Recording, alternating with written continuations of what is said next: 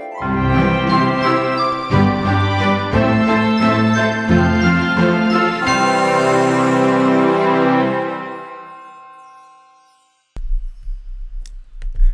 and welcome to the Friday Night Social special before Christmas, and I'm joined tonight by Mike Dix. Sorry I'm so late getting started. Say hello, Mike, so people can hear you. Hello, Graham. Hello. Sorry, Mike. Mike's just had the Breathe, Graham. The full like okay. Nothing is working. So essentially, I just have the most jerry-rigged system here in Liverpool ever, because I've got like one USB cable, all the rest are in the car. And I don't have the car. So that was a bit of a disaster. He's not in Durham, that's the problem, says Russ. Yes, that is the problem.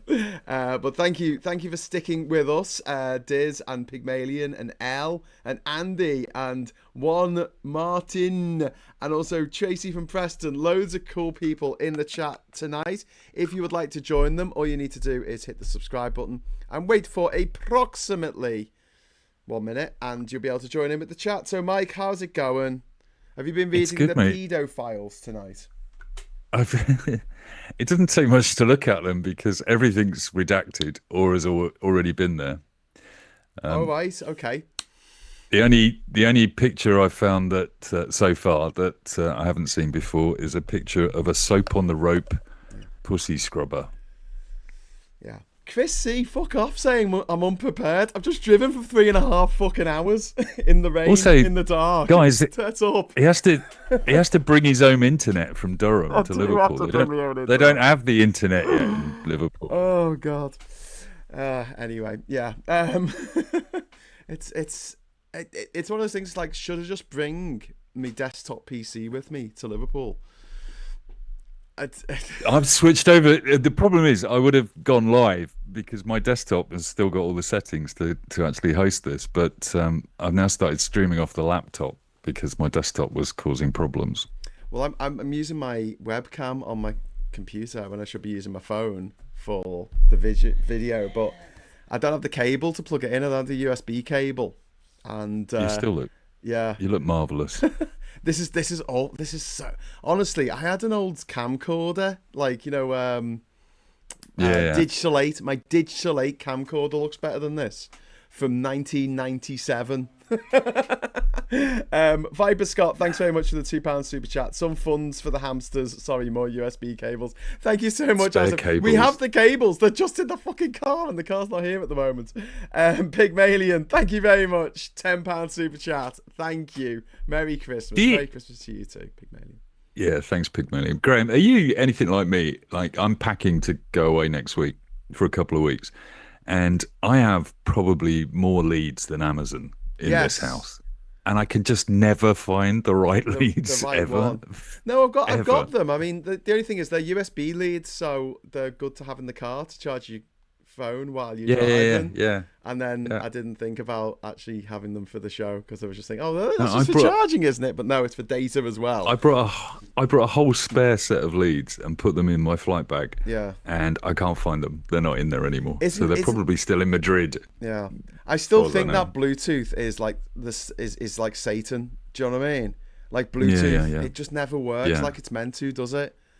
It's been around since like, I don't know, that's been around for about 30 years now, Bluetooth. Well, since Harold Bluetooth. 3,000 years.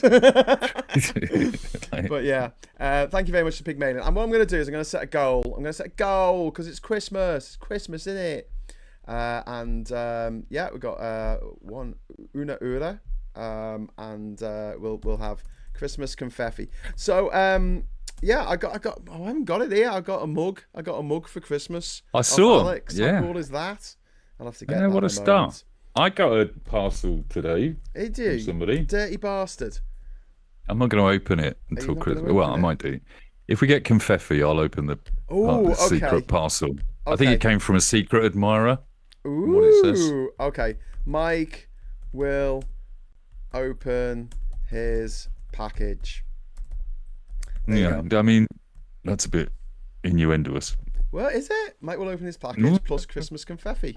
Can we see it? Scott were here. If Scott were here, we would. Don't hold it up. Go off. Probably you've probably got what's it called? What's that stuff called? You have a dress. You probably got a dress on it. No. Yeah, so don't hold it up. Don't dox yourself, man. Don't dox yourself. Don't do it. Just don't do it. I realise at the moment that my camera is just gone really, really dark. I don't know what to do about this. There you go. Try and change the brightness, and it looks awful. I look like so bad. Oh, now I look like Nosferatu. You know, the 1921 Nosferatu. It's perfect. Night before Christmas. Willie Dapper, thank you very much to the Dapper Willie, that is Willie Dapper, for the £5 super chat. It's very kind of you, thank you very much. Saying, I just got done watching John Candy, I Like Me. Good Lord, that was emotional. I was choked within 5 minutes. I'll always love and miss that man. Yeah, so will I. I got to watch John Candy, I Like Me at the Toronto Film Festival, so I'm gonna have to turn this bloody brightness. It's kind of like got an auto brightness thing going on, so it keeps changing the brightness, and I'll press reset. But yeah, a few days after watching the movie, I went to Second City, which is like SNL but for Toronto, and I got to meet Chris Candy. Oh really? Yeah, I had a good chat with him after his show. He did an improv thing with some improv players. It was quite fun. And afterwards we were talking about his dad. Isn't that one of the John Hughes? I don't, not to besmirch anybody, but isn't that one of the nepo babies that you tend to dislike? I don't. Well, it's not as though Chris. I mean, he just happens to be a talented stand-up comedian. Oh, okay. You're right. Well, he doesn't. I don't think he really. No, I think that there is a reason why. You know, a lot of these people, they are quite talented, and there are a lot of other people who are quite talented as well. We just don't get a chance. I was reading something. Hello, Scott. Recently. Talking about talented people, is Scott? Hello, Scott. Hardly. I am not talented in anything. Oh, Scott, don't deny it. We know it's true. How's it going, mate? I'm okay. How are you? Happy birthday for the other day. On Monday, yes. Thank you very, very much. Yeah. 44. I know, 44. Isn't it amazing? God, my camera's so bad. It looks like you. Yeah. You think I'm 44? That's how bad your camera is. Yeah. Oh God, what is even happening here? Oh, anyway. I was. Go on the nepo baby thing. I was reading an article that said that statistically, most children follow one or other of their parents into a similar career. Yeah. And it's because of the exposure. So you're right about private schools and everything else. You know, if your dad works in a bank, you're going to probably go and get a career in banking. But also, if your mum and dad are actors and actresses, you are open to that world. Yeah. You've been backstage, you know what it's like, and it's accessible. Yeah. And I think it's one of the things that we don't do enough of is exposing kids to, like, I've always said about my kids, the careers they've chosen, they're fine, but you kind of go, if I'd introduced you to a dolphin trainer, when you were, then it's highly possible you'd have thought, oh, I could be a dolphin trainer. Although we should put a disclaimer out there that you shouldn't expose yourself to kids. That's not what Mike's saying at all. Or dolphin trainers. Or dolphins. No. Paul Ewan has dropped a £2 super chat in the super chat fund, saying, let's get this party started. Thank you so much. And Viper Scott has put £2 in to say, for Diz, Confetti Fix and Mike's box opening. We're going to open Mike's box. Scott, how exciting is that? Interesting. He's going to open his box. Okay, and do what? What are we doing with the contents of the box? Know yet. It's a mystery box. Live Friday night colorectal surgery. That's what we're talking. It's been sent a mystery box. What the hell? My surgeon is sitting on the sofa over there waiting for enough donations to begin the prank. What else have we got here? We've got Miss Paula Thomas update on Ukraine hitting tanker in the Mediterranean. It was done by aerial drones, which means Ukraine now has drones with a 2,000 kilometer range. Nowhere is safe for the Russians right now. Chris C, thank you very much. Have a fantastic Christmas. Graham and Mike, let's hope for a better 2025, 2026. You guys have kept me sane this year. Yeah, well, we try our best. We try our best. Oh, I wish I was. Jeremy, I don't know about you. The last thing I am right now is sane. Well, you know, we're having a big meetup next month, aren't we, Scott? Yeah? Well, yeah, I'm going to see you twice in 1 week, probably. So, well, you're going to come out on Saturday because it's going to be Alex Kerr's 40th birthday. Wait, who's Alex Kerr again? Alex Political X. My husband. Yes. Oh no, sorry, not his. Perfect. Sorry, I'm getting it mixed up. Julian Taps, Julian Gore, Jules. Oh, Julian. Yes. Yeah, it's Jules. Yeah, it's fine. Oh, what the hell? Come on, Scott. Come on. We're coming out. We're going out on the Saturday. We're going to see a Nirvana tribute act. No, I know. I'm going to a gig that night. Are you going to the Nirvana tribute act? Is that the gig? No, I'm not. Oh. Oh, sorry. Yeah, you don't listen to voice messages. I forgot. Excuse me. I left a voice note in that chat. Did you? Yeah, I'm at a gig very, very close to that part of town. But I've bought a ticket for another gig at night. So what I'm going to be doing, hopefully, is meeting you guys before that. Yeah, for pre-gig drinks. Yes, Sounds good. And then I think you're coming over on the Monday. The Monday before, yeah. Oh, is it the Monday before that? Yeah, so I am seeing you twice in 1 week. Yes, yeah, because I'm coming right. down on the 25th. I'll see you on the 26th, right. And then the gig's on the 31st. Yes, okay. End of January. So you get a Mike's sitting there going, bloody, can you arrange your diaries sometime when this is like, Mike doesn't have to listen like to us? Fucking, see the ADHD kicking off there. It's like a Microsoft bloody Teams meeting. Right. Oh, don't say that. Guys, it's what we're gonna that do, bad. Scott, we're gonna just bounce some ideas around, all right? But what I need to do first is all of us need to agree on when we're going to have a meeting about organising the meeting. Honestly, Scott, your thoughts, Scott. What do you think? My thoughts are the last thing I want anything to be like is a fucking Teams or Zoom actual proper work Zoom call, because work has literally been all encompassing this week, like all consuming, and it has been draining and awful in every possible way. I think everybody on my team are so stressed out, and yeah, like I am definitely very stressed. Is that normal, Scott? No, I mean, for this time of year, or oh shit, sorry. Sorry, you know what? My microphone and my sorry. That's okay. While you're doing that, I'm just gonna say thank you to Cymru, who has put a £2 super chat in and put I'm going to try and pronounce this now. Nadolig Halwen or Gymru. Oh, there you go. I'm sorry about that. Merry You've just Christmas declared from war Wales. against Rill. Take that, Rill. And you're in infecting off. Thank you very much for the £2 super chat, mate. Beer and Nirvana. Yes. Woo. Yes. So as I was saying, work has just been crazy. I work you don't know, I work in accounts. It's year end. So anybody who works in accounts understands that year end is a manic time. Manic Monday. And what's been a manic Monday, Tuesday, Wednesday, Thursday, Friday, again on Tuesday, and then again on New Year's Eve. So that is my work schedule. And I'm actually really glad right now that I'm getting a few days off. I'm going to the barbershop tomorrow, but yeah, I like I said, it's just been so encompassing in my brain that when I actually laid down earlier to just, watch some TV, I was asleep. And so I woken up to come on the show tonight. Well, thank you. Been mental. So yeah. And my sleeping is disturbed. Like, we are just really, really stressed out. So, and then my mental health hasn't been great anyway.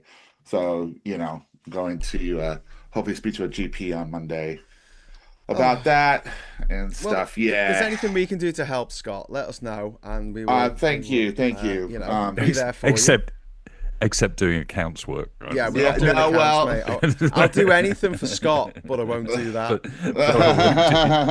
That's what he was talking about. It was doing accounts. Yeah. That's what mystery solved. Exactly. The meatloaf. He understood. Does any? Go on. Go on. I was going to say, does anyone know who the Christmas number one is? Kylie. It's Kylie. It's Kylie. Yeah, by a whisker, Yeah. by 10,000 sales apparently. She beat What's Waz it? doing a third. I'm telling you, Christmas in I'm a telling you now, all the donations that people have made to me on this channel, it cost me all of them to buy those 10,000 extra records. Excellent. Money And well yet, spent. she still won't reply to my DMs. Well, I'm not Oh, surprised. mate. Can you believe it? No, yeah. Do you want me to have a word with her? Well, there's I the court didn't- order. We've got to get around the court order and stuff like that. But I'm still hopeful. Yeah, yeah. Well, she is the pop princess, even though she's I'll like tell 60 ya. now. Sorry, Scott. Go on. I'll tell you something. I had absolutely no idea she had a song out. It's called Xmas, all in caps. It's called XMAS. That's the You're chorus. kidding me? Is it? It's like YMCA, but XMCA.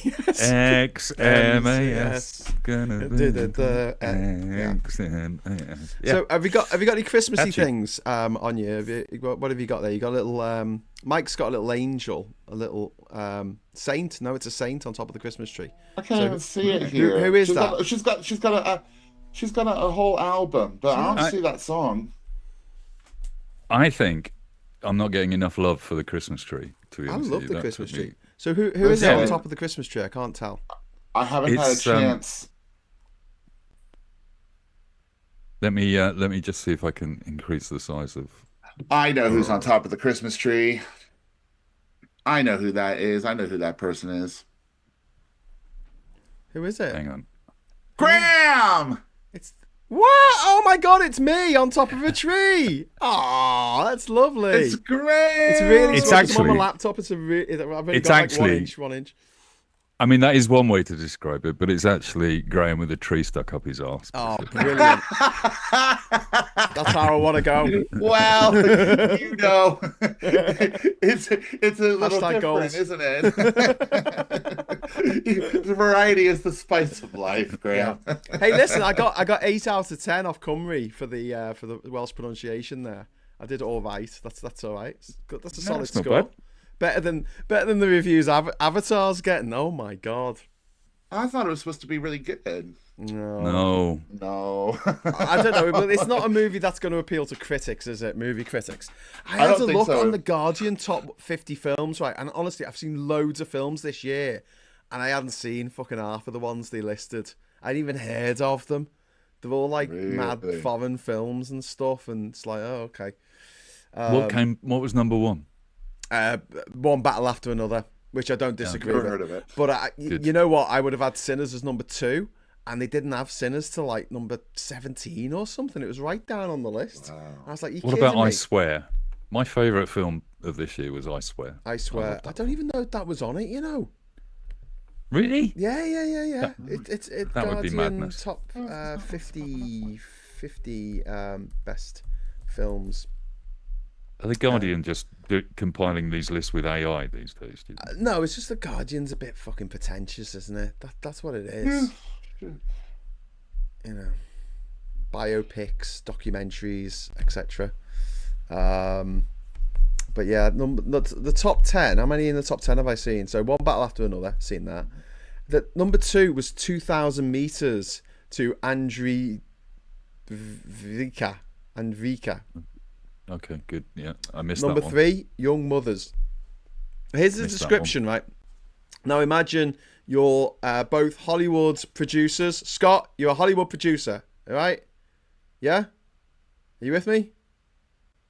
Yeah. Yeah? Okay, right, Mike, pay attention. I've flown all the way from Britain to LA. Big long journey. Hey, Graham, it's so good to see So you. good to- oh my my God, you're God. looking so good. You're looking so healthy. How is the Queen? Is she okay? She's good. She's good. Yeah, she's Have you had tea Oh, with good. her lately? Yeah, I had tea in the graveyard. It was Oh, great. that's just amazing. Worms in That's the tea. So, good. Graham, you're here to pitch a movie. Okay. Scott and I are ready to commission, aren't we, Scott? We Yeah. are, aren't we? Yes, we are. Yeah. Yeah. We love the British. We love British Yeah. film. We do. Okay, We love okay. everything. Tea, Mr. crumpet, Cheerio, Mr. Bean. Cheerio. Let's Okay. go. Mr. Bean, we So- love Mr. Bean. You Go. pay your £18 and you get into your recliner chair and you sit through all the adverts, you sit through all the trailers, and then the lights go down in the house.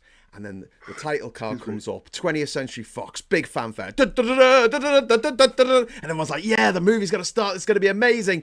And then the movie is about teen mums who are taught how to take care of their babies or prepare them for adoption amid drug addiction, mental illness, and family conflict. Yeah. Well, Scott and I have got another meeting to go to right now. But it's been so nice to see you. Who's not going to pay £18 to go and see that at the cinema? Don't call us, we'll call you. Oh, Philistines. Number 4 is the great. Ice Tower. Not heard of it. Number 5 is Marty Supreme, which is supposed to be quite good. It's got Timothy Chalamet in as someone who plays ping pong. Not seen that.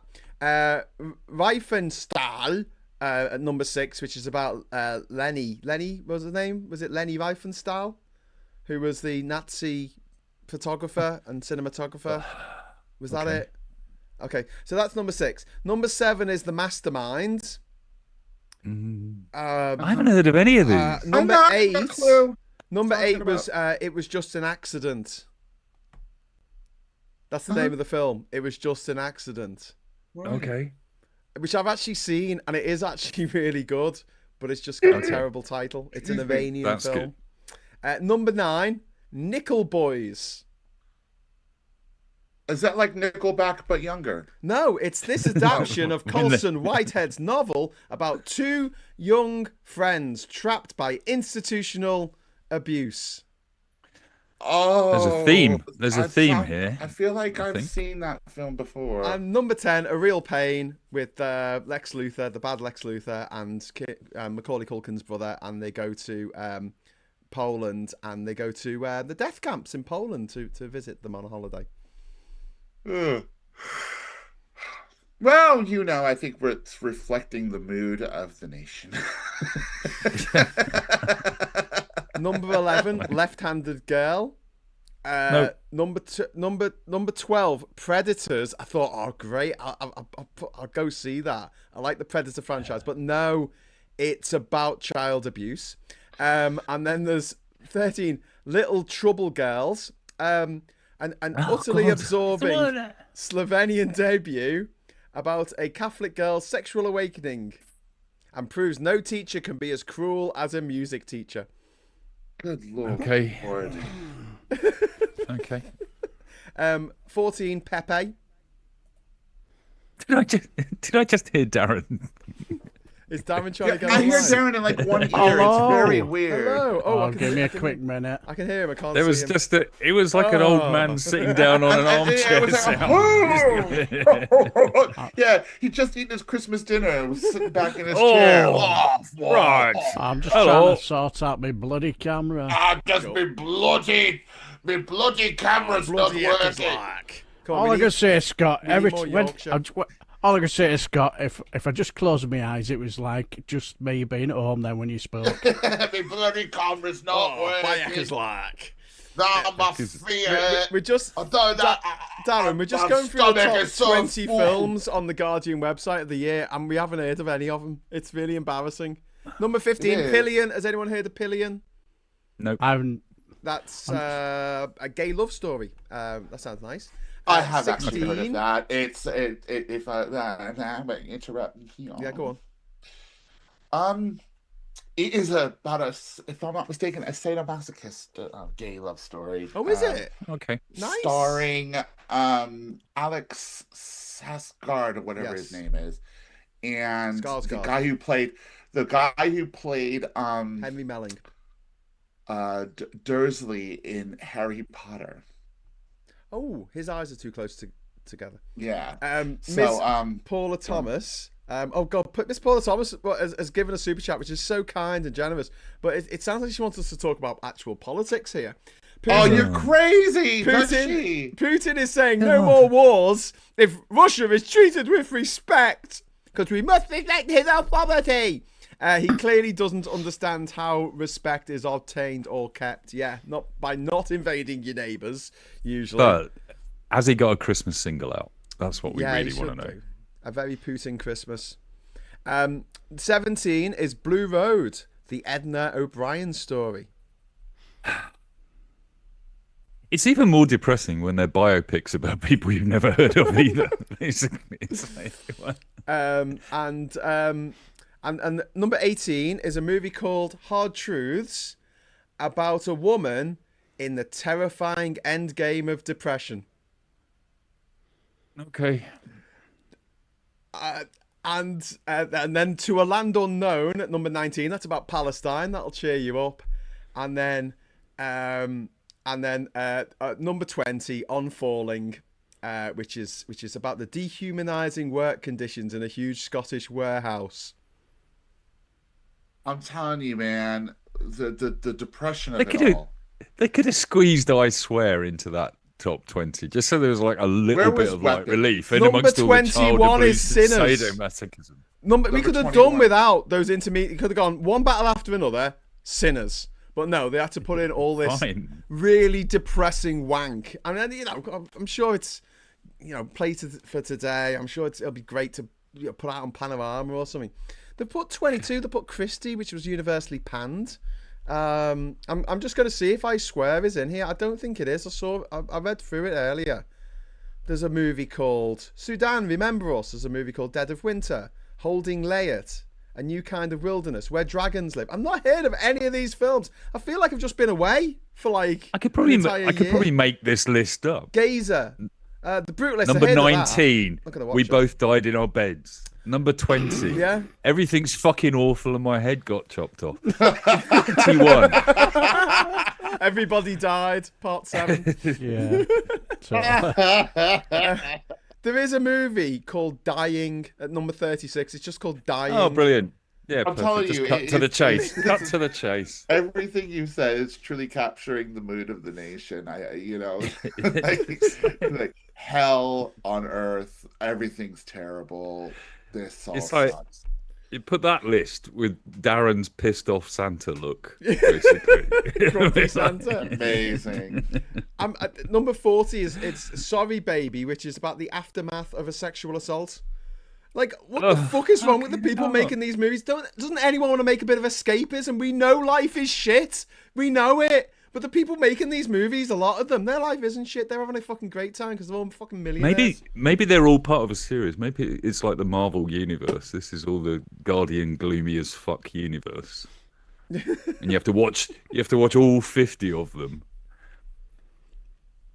I swear it's not on the list, mate. Oh, it is. It's number 48. Ah!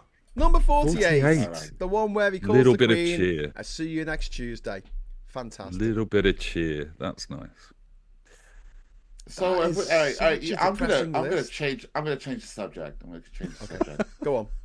Because I'm just. Hi, Darren. By the way, hello. Hi, Darren. You're right. Merry Christmas. Thousands of long awaited, not e-waited. Epstein files released by the Justice Department. Yay! We're waiting that. It's all coming to thousands of pages to look through. And currently, they're working through bringing the details as soon as they can. So the Justice Department is finally releasing these. Let me give you a quick look at one of the documents I found. Ready? You see that? Yep. All right, ready? And you scroll down, and it's PDF, and it looks good. We got some details, a little bit of redaction, redaction. Really?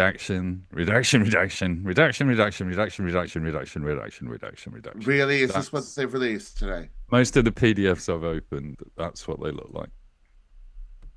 Oh my At least they're transparent. It's What's the fucking black point? pages. Yeah, it's crazy. Wow, that is. I mean, it's mad. That is. Did we mad. expect anything else? It's the laziest redaction in the world. Because if you were going to just keep people busy for 2 weeks and try to get them distracted, you'd at least drop in Clinton a couple of times, wouldn't you, on a page? Well, there's a picture of him in a jacuzzi, right? Yeah. I mean, I think the Democrats have been a redacted picture, like someone next to him. We don't know who that is. Yeah. It seems to me the Democrats have been reasonably canny for them by releasing pictures of, Bill Gates and Woody Allen, etc., for the last few weeks, because they've been kind of going, we know, and we don't like them, and they should all be arrested, basically, waiting for something to come out in these files. But I'm guessing they're sitting on some stuff from the Epstein estate that they'll release in the next few days anyway, aren't they? So. We have a couple of super chats coming. First of all, some love for Darren from Viper Scott saying, Daily Blase, Another excellent live earlier on. There you go, mate. Was it? That's all good. Glad you enjoyed it, my friend.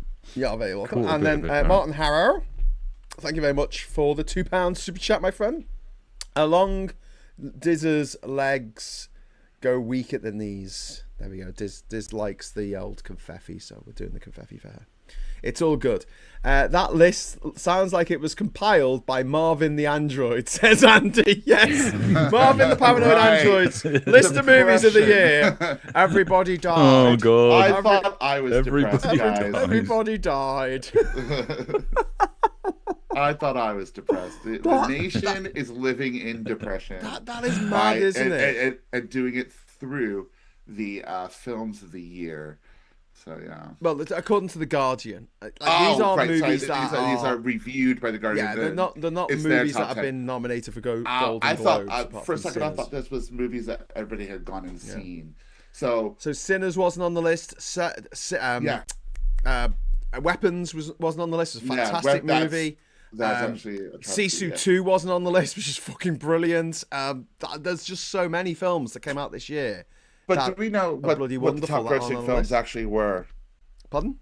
Ooh, Viper You know Scott. what? Actually, I'm sorry, Graham. We tried Viper to Scott, Viper Scott, Viper Scott. Graham. We've got to interrupt because we've got some breaking news. We've got confetti!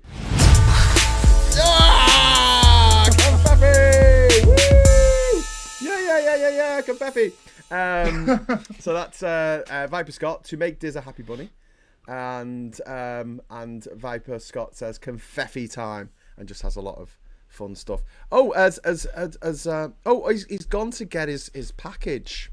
Look, package. Show us your package from a secret admirer. Ooh. And it says Feliz Navidad Incredibly Cabron from Aids Dad's What does that Balls. mean? What does it means well, Feliz is like a fleece on a sheep. Yeah. Navidad is like an Irish worker, the father of an Irish canal digger, Navi's dad. And Incredible Cabron, I think, is like a cab driver, so a really good cab driver. Yeah, okay, I can see that. Or it means Happy Christmas, you incredible bastard. Ooh. From Aids Dad's Balls. Aids Dad's Balls. Sweet. Apparently. Let's open this up. Yeah. What kind of knobhead will send you something on for Christmas? What is it? Oh, you sweetheart. What is it? It's a guide to Mexico. Mexico Lonely Planet. Oh, that's awesome, man. Thank you. Oh, that'd be a nice book to flick through while you're on your jollies in Spain. Yeah, we're meeting a Mexican friend, so that's going to be awesome. Oh, well, that's lovely. That is very lovely. That is very Okay. Oh, that's thank you, it. man. I really appreciate that. Thank It you. was some Aids Dad's Balls. Secret admirer. Yeah, not you, obviously. No. Fuck That's not a you. Lonely Planet book. Fuck you. It's Thanks, the last Aids thing I'll Dad's buy Balls. anyone. But not that it's anything to do with me, but I do find that those books are really good for getting to know a country before you go to the country. Just to flick through and read about different regions, and it's got loads of really good history sections and little pop-out boxes that tell you about mad little things. So it's pretty. I don't know about the quality of Lonely Planet these days because I haven't actually bought a copy for a while, but it should be good. Oh, you're a star. Thank you very much. You're very welcome, Ms. Paula Thomas. Thank you very much for the £2 super chat. Red hat is louder, but only in my left ear. Yeah, you're coming in one ear. Red hat. That's Darren. Yeah, no, Darren, you are coming in one ear. You're coming in one ear. Darren, you're definitely coming in my ear, Darren. Are we supposed to be talking about the news or something? We are. Listen, I want to just say, though, it was my birthday on Monday, and then it's Christmas coming up this week. And who got a present? Oh, Mike. Oh, okay. Yeah, but I'm gonna see you No, I next understand. week. Next month. You're not coming to see me next week. Next You're seeing me month. in a month. I'm gonna come and see you next month. And But do you you're know not what? Sorry, seeing Scott. Mike. Do you You're know not what? going Sorry, to see Scott. Mike? I know Mike's Sorry, address. Scott. I don't know your address. Okay, but I'm sorry. Are you going to see Mike? Yeah. Oh, so he's getting a present. I and feel a bad. visit. I feel bad now because I'm in the Okay, room that's fine. while you That's two are having this tea. He's getting a present and a visit. Okay. Have I been to Mike's house before? Yes. Do I know where he lives? Yes. Even though he tried to throw me off by giving me the wrong, did Mike postcode. I totally get it. Did Mike make a Christmas tree, especially for? Yeah. Well, listen. Yeah, Scott. Where's my where's Christmas tree with me on Where's top? your tribute to Graham? Where's your I tribute? do not feel I Where's need my to voodoo kiss doll? Graham's ass to get a fucking present. You have Right? to. You have to pay tribute and tithe to the Pay leader. tribute, bitch. I pay tribute every fucking Friday night when I'm here, bitch. Hang on. And Monday nights on stateside. Scott, can we just point out that regularly to Graham's photographs this now, week? and I will have a fucking present. We've got to talk about news though. This week, Trump has announced the Hunger Games in America. Two tribunes from each state are going to come together to fight it out to the death in what he is calling the Patriot Games. You know, like that movie with Harrison Ford and Sean Bean doing a really, really bad Northern Irish accent. Get out of the fucking car. Does he die horribly? Yes. I really, really hope that California or somewhere sends 2 trans athletes. Oh, the flip out. Absolutely flip. Yeah, so they're having a yearly Hunger Games now. They've also, he's also in January in Washington, isn't he? Doing a wrestling match or something in the White House lawn. Is that right? Yeah. Oh God, screw.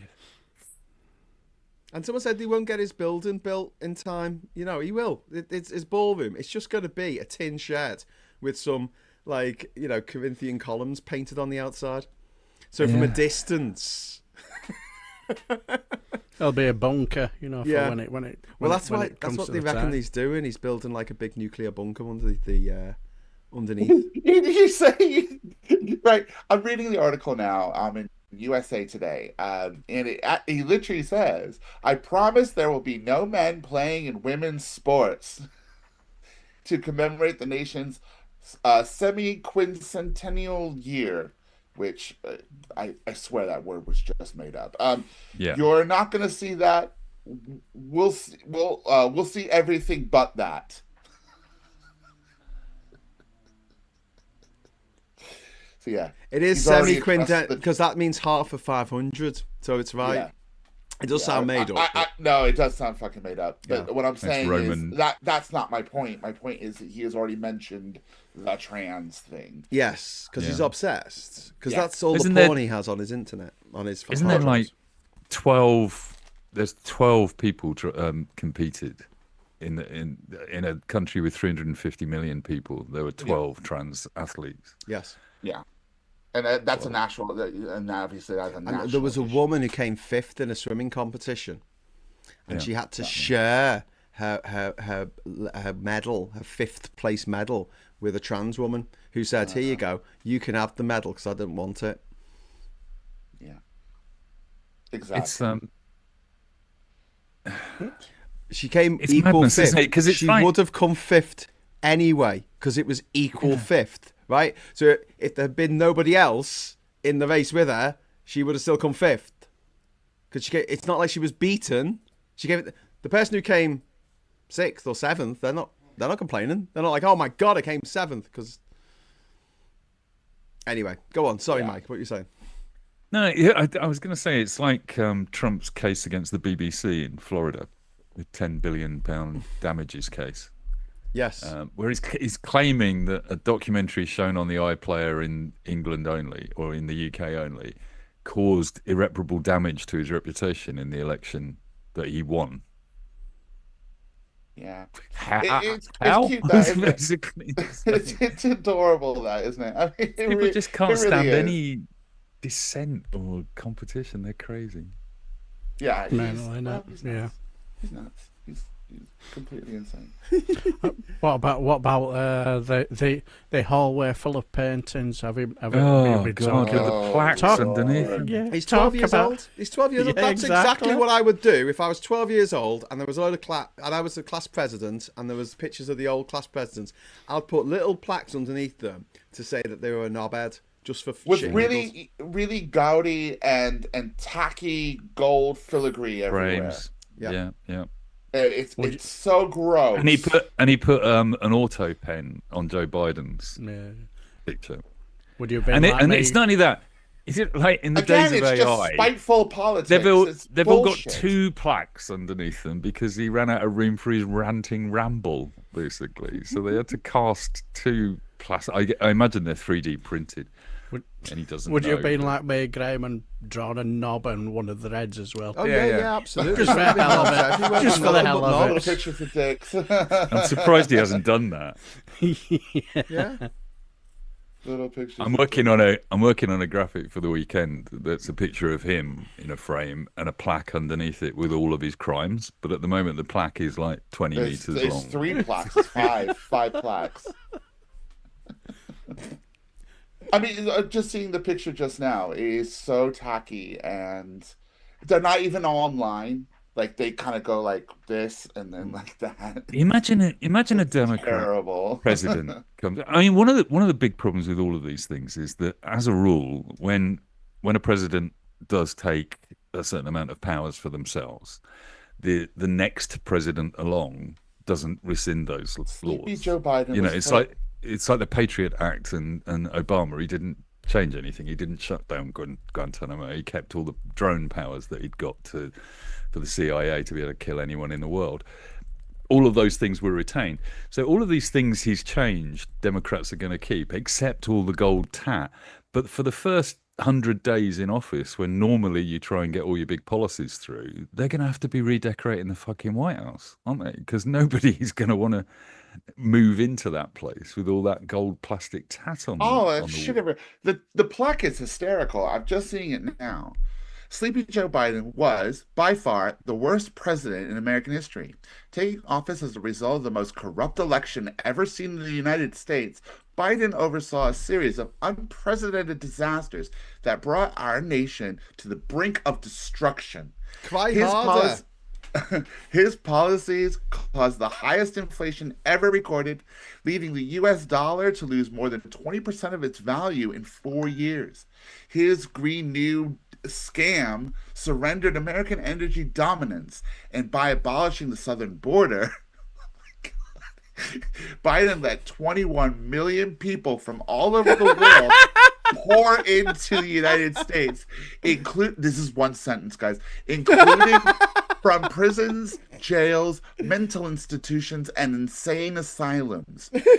His Afghanistan disaster was among the most humiliating events in American history and resulted in the murder of 13 brave American service members, one word, with many others gravely wounded. Seeing Biden's devastating weakness, Russia invaded Ukraine. Hamas terrorists launched the most heinous October 7th attack on Israel. Plaque 2. No, I'm looking for Plaque 2. That is so crazy. It is genuinely hilarious that like there's so many Americans who are that stuck in the brain of a child and of a 12-year-old naughty 12-year-old boy, that they're like, oh yeah, that's great. Yeah, that's what I want from a president. And also this week we had the very, very unedifying spectacle of Trump's tweet about the horrific murders of Rob Reiner and his wife Michelle. Absolutely horrifying event. They were killed by their son. And how does he respond? He goes, they were killed for not liking me enough. Yeah. And he doubled down again and again in interviews, didn't he? Yeah. Do you guys want to hear Obama's one? Not really, but go on. Barack Hussein Obama was the first black president. Did he write Hussein in capitals? No, but it'd be funny if he had it done. Yeah, was the first black president, a community organizer, one-term senator from Illinois, and the most divisive political figure in American history. As president, he passed a highly ineffective, quote-unquote, unaffordable care act, resulting in his party losing control of both the House of Congress and the election of the largest House Republican majority since Scott, you approved the terrible Iran nuclear deal and signed a one-sided Paris climate accords, both of which were later terminated by President Donald J. Trump. You should read the Trump one. Oh, that is hilarious. Sorry, you dropped out for a moment there. It was my fault for some reason. I don't know what was going on. But yeah, Diz says this makes me want to puke. George only, who has been only a member for only 27 months. That's over 2 years. That's a long time. Soon, and still not institutionalized. Bless you. Soon statues of him will appear all over the US. Next time he'll demand his portrait hangs prominently in every public building and business everywhere. Do you know what's going to happen in America? I'm going to guarantee this, right? So when I was in Syria in 1999, though, on every single lamppost there was a picture of the then president, who's the father of al-Assad, who's the guy who just got deposed last year. There was either him, his eldest son, who died in a motorcycle accident, I think, or his younger son, who then went on to be president. On every fucking lamppost in the land. There was a picture of him in every shop, every barber shop, every taxi you got in, dangling down from the rear view mirror. There was a picture of one of this family. He is going to do that. And when in the UK they've done the raise the colours shite, and these knobheads have climbed up a fucking flagpole and a lamppost, and put a flag on it like a half mast, and it's all fucking falling apart now because it's been there for 6 months. He's going to have his picture. He's going to have his picture on every fucking lamppost in Trumpland. Guarantee just to demonstrate that we're better than Republicans, we should probably mark the very sad passing of the man that was putting a flag up a lamppost this week. And died. I think we should all solemnly appreciate and send our love and care to his family, because they were related to a flag shagging idiot with a weak heart. Sorry. No. My heart goes out to them. That's fucked up the way you've just presented that, but yeah, that's it exactly. A sad loss of a football hooligan. Yeah, a flag fucker who was fucked by a flag stone. Bless him, and you know, I'm sure Erica Kirk will step in to support him to monetize. The Erica Kirk thing. I've been watching a lot of that. Erica Kirk will blow JD Vance in support of Erica Kirk. The thing about Charlie Kirk's mantra was women are the property of men and they're there to make babies and they should be proud to be homemakers. Yeah, I mean, you know, he was on university campuses saying to young women, don't get a degree, find somebody to shag and get pregnant. That's largely what his line was. I don't know how many kids Erica Kirk's got, right? But she has been on a book tour and an interview tour of America for the last month and a half, since her husband died, terribly shot in the neck, live on camera, basically. I'm not sure she's following the mantra. It was quite a good shot. Yeah, Graham, you should be proud of you. Terribly shot. Sorry, I thought you said it was a terrible shot. I was going to say, well, you know, just being dispassionate about it all. It was, you know. You're going to be, if you're not careful, saying things like that, Candice Owens is going to put you on a next podcast. Yeah. What about the Liverpool connection? The Liverpool connection, yeah. Yeah, I could see Fox News cutting that bit out, and that's it. Will be absolutely thrown to the wolves by Fox News in America now. Where's Candice Owens is more powerful than Fox News at the moment. On that story. I bet she is. Candice Owens is saying it's all a conspiracy, and Charlie Kirk's widow's in on it, isn't she? She's saying the French did it with. There was an Egyptian aeroplane in the vicinity, so they targeted him for the French marksman. Okay. I've lost track of the red tape that she's stringing along, but she had a 4.5-hour meeting with Erica Kirk this week. Oh wow. And then she went straight onto the Piers Morgan show and said, no, it's still definitely done by the French and the Egyptians, and I'm not going to shut up about it. But the best thing about that whole story, I don't know if anyone... Absolute nutcase. Like, I've gone down a bit of a rabbit hole with this. Right? She's incredibly popular. Incredibly. I know. Like, people, most popular podcast going. Americans will love a conspiracy, though. They literally eat it up. They can't get enough. The best thing about it is that it was Turning Point that first employed her. They Yeah, was created it? that monster. Oh, She wow. worked for Turning Point, and then she went through a couple of other MAGA affiliated media operations, and then she went off on her own. They literally created a monster that is now eating them. Well, It's don't forget that Farage was once a member of the Tory party and the Green Party. And was he? Yeah, he was a member of the Greens back in the 80s Yeah. when the Greens were quite a conservative outfit, set up by a Well, couple you of learn something millionaires. new every day. Yeah. But yeah, he's did you say opportunist? Really? what I think the Tories have done quite successfully is that they've sat down after the defeat of the last election, actually probably about 6 months before, because they knew they would have seen the writing on the wall, and they were like, what are we going to do when we lose? Because we're going to lose really badly. And they were like, well, we could just get a new leader and pretend we're a whole new party, and it's a whole new fresh start, like we did with Theresa May, and like we did with Boris Johnson, and like we did with Liz Truss, and like we did with Rishi Sunak. And someone said, I don't think that's going to work this time. We're going to be out of office for 10 years. And instead of thinking, well, actually, we probably deserve to be out of office for 10 years, let Labour have a few years to actually get shit done and fix all the things we've broken, and then we'll come back into power, right? Well, in yeah, but say, I don't know. That's 2034. Okay. No, but I mean, that would have been the fair thing for the Tories to do. They've done their dash.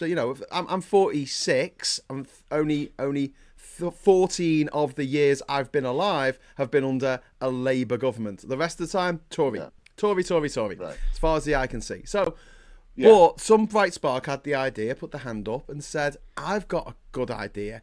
Why don't we just get a lifeboat to come alongside the bad ship Tory, and we'll call it Refuck, right?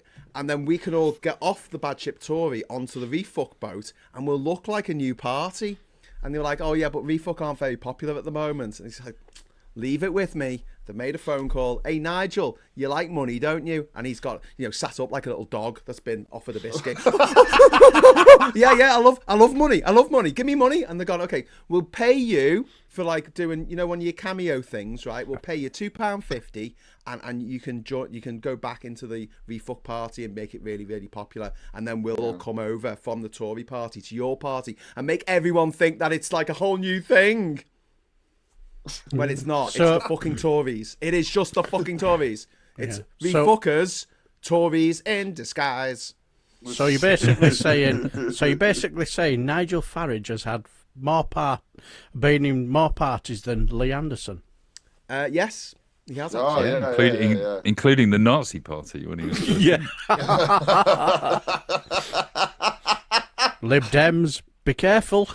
But yeah, this is what the Tories are doing. They're all going to jump ship one by one over to Refuck. Oh yeah. There's so many of them out of work at the moment because they're not just out of work because they're shit, but also that they were an MP. They lost their job last year, and people like Jonathan Gullis have not been able to get another job. I was just about to say Jonathan Gullis because he's fucking useless. He's a useless human being. He's just just replace him with AI. AI will get it right.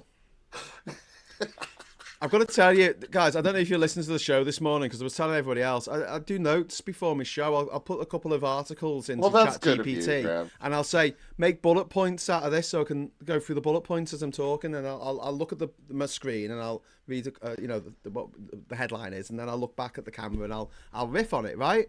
So we need bullet points, right? And it wouldn't give me bullet points. So I was like, here's an example. And because I didn't know how to make a bullet symbol on my keyboard, I think it's like FN and the Windows key or something. You find it, whatever. I didn't have time for that, right? So I just wrote the word bullet. Here's an example of what I want. Bullet, and then, reason 1, reason 2, reason 2. Bullet, reason 1, bullet, reason 2. And it gave me a list, a big long list. It was a beautiful list. And instead of having a bullet point, it literally had the word bullet for each point. The word bullet in capitals, and I was just like, oh my god, this is so stupid. This is not what we should be investing all the money in the world in right now. I'm not going to be able to find it, but I saw on Instagram today a video of somebody that had uploaded a picture of her and her daughter and said to ChatGPT, recreate this picture exactly the same without changing anything. And then she took the picture that it then created and said, recreate this picture exactly the same without changing it. She did it 65 times, and they ended up as two 90-year-old women at a bar mitzvah, basically. It's like... And the mouths get bigger. Every single picture just completely changed. The tooth's got... That's It's got crazy. no memory. Turned into a couple of vampires.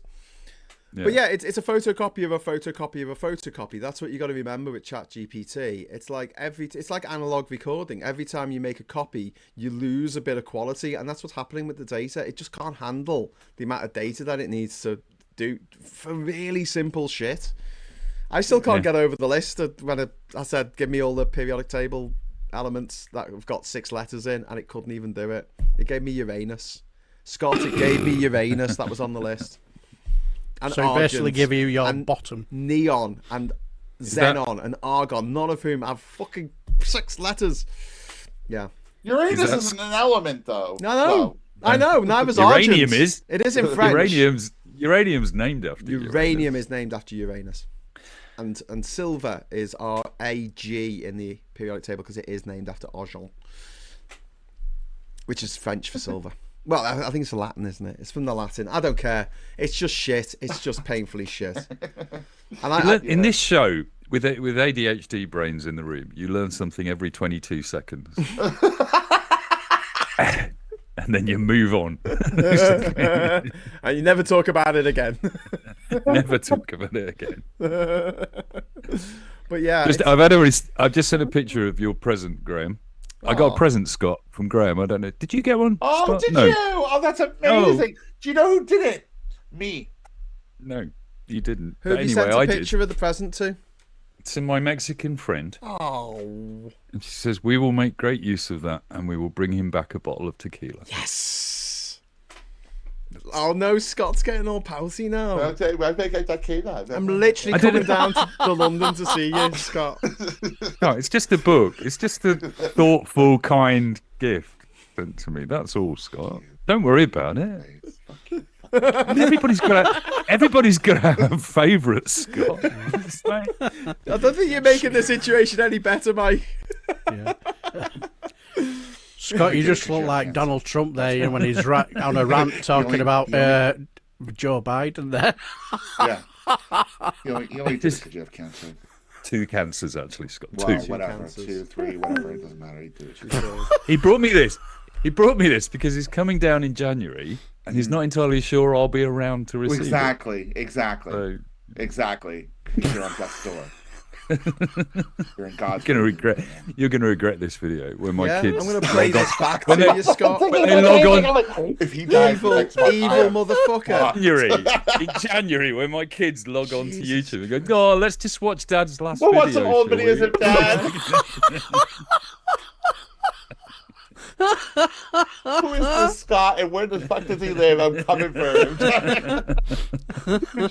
He killed my dad prematurely. Fuck you up, Scott. It's gonna fuck you up. I think it will get worse than when Wayne said that he was gonna fuck the cancer out your arse. That was And I was just like, what the hell did Wayne just say? Did he actually just say that out loud on a fucking live stream on fucking He YouTube? did, And he's dirty like, fucker. I'm like, what is wrong with you, Wayne? And he's just like, oh, I'm just telling it like it is, mate. Jesus Christ. Did you take him up on that offer, Mike? No, well, he did, didn't he? Yeah, obviously. Yeah, well, that's literally why it came back, I guess. Oh, Yeah. Wayne. Well done, Wayne. Time. With your cancerous dick. Literally. Cancer spreading dick. You suck. Fuck you, Wayne. Oh, Jesus Christ. I'm so sorry, Mike. I don't even know these people. No. They just turn up on I the haven't- stream and... Honestly, I haven't laughed as much for days. You're all That's evil. okay. Well, good. I'm glad you're laughing now while you still can. Yeah. While you're still able. Anyway, but yeah, Mike... You know when we're going to laugh? When you're on your deathbed. That's when. Yes. Oh, we're going to point at you. Ha! You're going to die. How's your fucking book now? My last Jesus words will be to just Christ. reach over to the bedside with the last bit of strength and go, "Look, Scott, I got a present from Graham. Fuck you." Good. That should be it. Look how butthurt Scott is about not getting a Lonely Planet book. Bought me this book. Where's yours? I'll leave it to you in my will. Draw a dick on every page. He'll probably like that. Just like in the final scene of Blackadder 1 when he tastes the wine. Cumby says someone's getting visited by Krampus this year. Yes, Scott. Evil motherfucker. That is too cool for me though, right? Because I'm all about the dark gothic shit. Yeah, putting Krampus on, man. That's all I gotta say. But keep digging, Scott. I'm sorry keep that digging. Your ass still hurts. Jesus. And you get some people. That really sucks. I'm pretending I'm crying tears of laughter, but I'm really hurt. This is what happens. This is what happens, Mike, when I get you a book. I mean, imagine if I got you something like decent, like a car or something. I was gonna say You're when he going to finds fucking out Apple fucking Watch. An Apple Watch. I'm gonna have to do that. I'm getting you an Apple Watch. God damn all of you. Christmas okay? Day, Mike there with his Apple Watch going, yay. I will. And then going, I don't even want this. And then he puts it in a drawer and closes the drawer. Graham, is it? I mean, because you said not to, basically, but it's okay to mention the iPad you got me, yeah? Yeah. Yeah, thank You're all right, mate. The iPhone's in the post. Send that over the fucking iWatch is in the post. I want to watch you smash the iPhone up with a hammer. No, he gets the iWatch. Scott cries. He gets the Apple Watch. He goes, "This was from Graham," and then takes a big sledgehammer and just. Fuck you for calling me dumb and saying I'm gonna die. Yeah, Scott. Fuck you for making fun of my ass cancer. God damn it. Fuck you. Kirsty saying, "Are this lot on laughing gas?" I think so, Kirsty. That's what he's gonna do. He's gonna hold up the really, crumpled pieces of an Apple Watch. Here you go, Scott. You have it. Scott, are you listening? Diz says, bitterness is very unattractive. Yeah. Who said that? Diz said that. Diz. Is Diz a man or a woman? Diz the woman. I don't care. Yeah. Oh, okay. This is the man. I'll tell you what is attractive. Oh, Mexico. I'm sorry. I'll try to be a little nicer. There's some really nice places to go in Mexico, Scott. Oh, That's I'm very sure there is. attractive. Tell me all about them. Yeah. Okay, so what I'm going to do is I'm going to pay for Mike to go to Mexico, and when he gets there, I'm going to present him with an Apple Watch. Apple Watch. And I'm going to live stream it to Scott, and we're going to beam it on the side of your building where you live. You're like led by donkeys. We're going to do that. Yeah, and it's going to be Mike getting his Apple Watch Hey, Scott. in Mexico. I'll tell you what. I'll tell you them apples. There'll be a billboard outside your house. I bought the picture of him. This is for you, Scott. I don't think I have laughed this hard in like 2 or 3 weeks. Now Chris is saying that we're ganging up on Scott. I'm sorry. Deservedly so. This is the biggest self-inflicted cell phone since Trump did No, the that's whole true. bloody Come nine- on. Come on. We are better than this. We are better fair. than this. It is Six quite of the fair. first. That's true. Yeah. I We're better than literally this. said he got a present because he has cancer. Like I kind of deserve it a little You bit. deserve all the terrible things that happen to you. Yeah, but it's all not of fair. them. Some of them. It's not You deserve fair some of to the be terrible mean things. to Scott. It's not It fair is to fair be to be mean No, to it is Scott. totally fair. Because he started being a big meanie, and we're just responding to him being a big meanie. I literally said you're dying, and that's why Graham gave you a Christmas present. I wonder what the Mexican is for big meanie. Let me just see. Let's Google it and find out. Or just Gordo Mexican cabron. for asshole. Oh, look, Scott. It's got a whole section on LGBTIQ plus travelers. Travelers. Oh, well, that's cool. Well, it's got And- one and if you- page. If it hadn't become so contentious, this book, I'd have got to that page and said, "Oh, I should take Scott with me. That would be nice." There's a whole page for him, so it's okay. He won't die in Mexico. He won't be thrown off a bridge Also, in Mexico. in the back, it's got a list of all the Apple stores. Oh, that's cool. Where you can get really cheap Apple Watches. Oh, they're cheaper in Mexico, are they? Yeah. No, they are, because they do special cheap ones for the Mexican market. For the Mexican people. Yeah. My iWatch will be in Spanish, but at least I'll own one. According to Cumby, Scott, this year you're getting coal and dust. You're And getting coal and a crust of mouldy bread. Yeah. I'm gonna. I mean, that does sound about And right. some dung under your pillow. I'm going to ask my doctor if he can keep my colon in a jar so I can give it to Scott. Send it for to me. Christmas. Yes. Oh God, that would be amazing, Mike. Please do that. That would be incredible. Do it. Just I don't know how I'd feel about Take delivery receiving that. of Mike's You colon. should just sit there. Yeah. Chris C. Darren, your mic, I think, is causing a problem because he's saying it's weird. You're in one very ear. loud and It's just very on the loud on left one hand side, side. and Is it's there not I anything- don't understand why. Well, your stereo's not right. Maybe try unplugging it and plugging it back in again. Right. Said the nun to the bishop. Right. Pink gold Apple Watch with AI and cloud data link, only $12,500. I really don't think that was an unreasonable request to ask the chat to collect that to buy it for me. Yeah. Indeed. So yeah, do you want to talk about some actual news? That would totally pay for my fucking mortgage for like God knows how many months. It's been 2 hours since the Epstein documents were released. Has anyone gone through them yet? Is there any news coming through on the feed? Yeah, is there anything that isn't blacked out? Let's have a look. I think they're all super redacted or old news, aren't they? But Is Yeah, I that think better? that's what it's going to be. Officials discovered Hang more on, than hang on. it's still quite loud, Darren. It's You're all still on on one here. side. It's like it's Yeah. not I in don't stereo. understand it. So if Yeah, you're on a you're headphone lopsided. jack or something going in, it's like the headphone jack's not all the way in or something like that. Yeah, it lopsided. is. Officials discovered more than 1,200 victims or relatives. Photo appears to show Andrew Mountbatten Windsor with Ghislaine Maxwell. Yeah. Yeah. The picture is got Andrew Mountbatten Windsor, Ghislaine Maxwell, and 1, 2, 3, 4, 5, 6 people with black boxes over him. Darren, to interrupt, Chris C is saying, "Is your headset mic on?" That could explain the sound issue. Yeah, it could be. I don't have a headset mic. Oh, okay. No, I'll try. It is a bit Latest weird 'cause images it's just coming in include- one ear. Latest images include, does not imply any wrongdoing, but features the U.S. President Bill Clinton, as well as Mick Jagger, Michael Jackson, Is that better? and Diana Ross. Same, mate. Oh, well, I will. I don't understand. There's a great why. picture of Mick Jagger and Bill Clinton with a person in the middle, and we can't see their face. It's redacted. Pictures show Bill Clinton in a swimming pool with 2 people, and their faces are covered.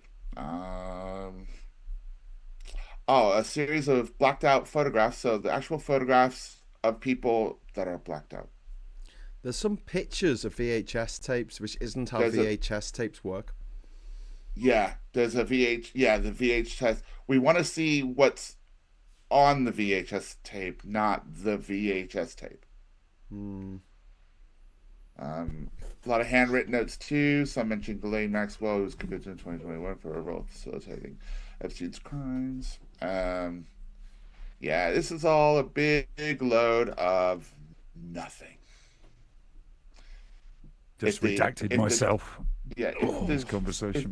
If the U.S. Justice Department is releasing this, they know they're releasing a nothing burger to placate the calls of the Republicans. And now that everyone's off, they're doing it just before Christmas. I think it's really obvious. I think it's really obvious. We're getting a whole load. It's 300 of shit. pages of mainly redacted stuff, pictures of Clinton and Mick Jagger, etc. And it's like Mick Jagger? Mick Jagger? Yeah, Mick Jagger, Diana Ross. Jagger yeah. and Michael Jackson's in there. Yeah, Michael Jackson. Diana Ross.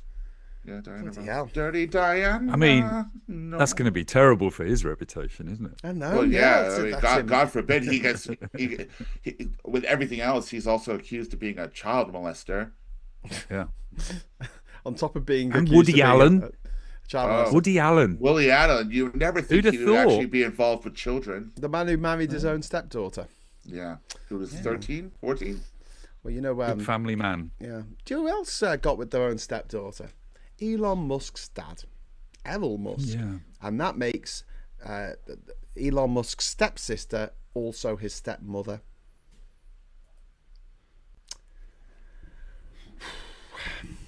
It's a bit like The Bill left. and Ted. The left. Ruth Guthrie. it's the Scott, have you liberals. found this one? Ruth Guthrie says there's a photo of Trump with a blacked out face that some think is Pam Bondi.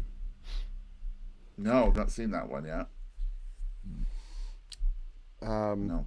So the Pam Bondi was hanging out with Epstein as well. Well, she was a Florida lawyer, wasn't she? Because she was Trump's personal lawyer in Florida, and she ended up as the DG or something, didn't she? No, she wasn't his personal lawyer. She was the one that let Trump off some crime. Can't remember which of his many crimes. It's like Donald Trump was And then friends she got a job. for 15 It years. doesn't sound like nepotism at all. So go on. Yeah, go on. Yep, I'm listening. No, you just interrupted me to say something. anything. What were you going to say? No, nothing. Oh, okay. I was just saying that 15 years that Trump and Jeffrey Epstein were friends for, with Epstein at one point believing himself to be Trump's closest friend. And a lot of the people that Trump... that does happen, though. You know what, though? I'm gonna tell you something. That sort of thing does happen, generally to people. It kind of happened recently to me when a girl at work told me I was her best work friend, and I was a bit like, "Are we? Okay. I've never told you anything about my life. How are we best work friends? Like, I don't understand." Oh, But Yeah. sure. okay. You know my what best. I'm saying? Scott, It's like, you're my best work friend, oh, except Graham, who got me a present. oh, fuck off and shut up. Continue. Talking of weird famous perverts, David Walliams. Oh, he- what Yes. is going on with that? Well, he's a twat. He's a privately educated twat. But what's the accusation? Because I don't know anything about it. So- What's the accusation? He's, Harper Collins. I mean, this is what's really interesting They've about dropped it. Is him, right? Well, last week, Harper Collins, which is a Rupert Murdoch company, very quietly got rid of their CEO and replaced them with a brand new Yes. CEO. And then the following week, Harper Collins come out and say, we're no longer going to publish David Walliams' books. Right.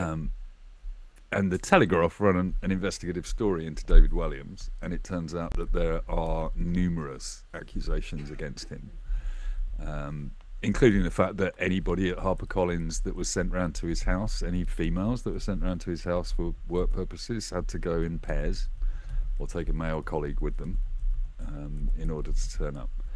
And I think it's just scratching at the surface, because I don't know if you saw the interview with Simon Cowell on The Rest Is Entertainment this week. No. So I there's really don't have much to.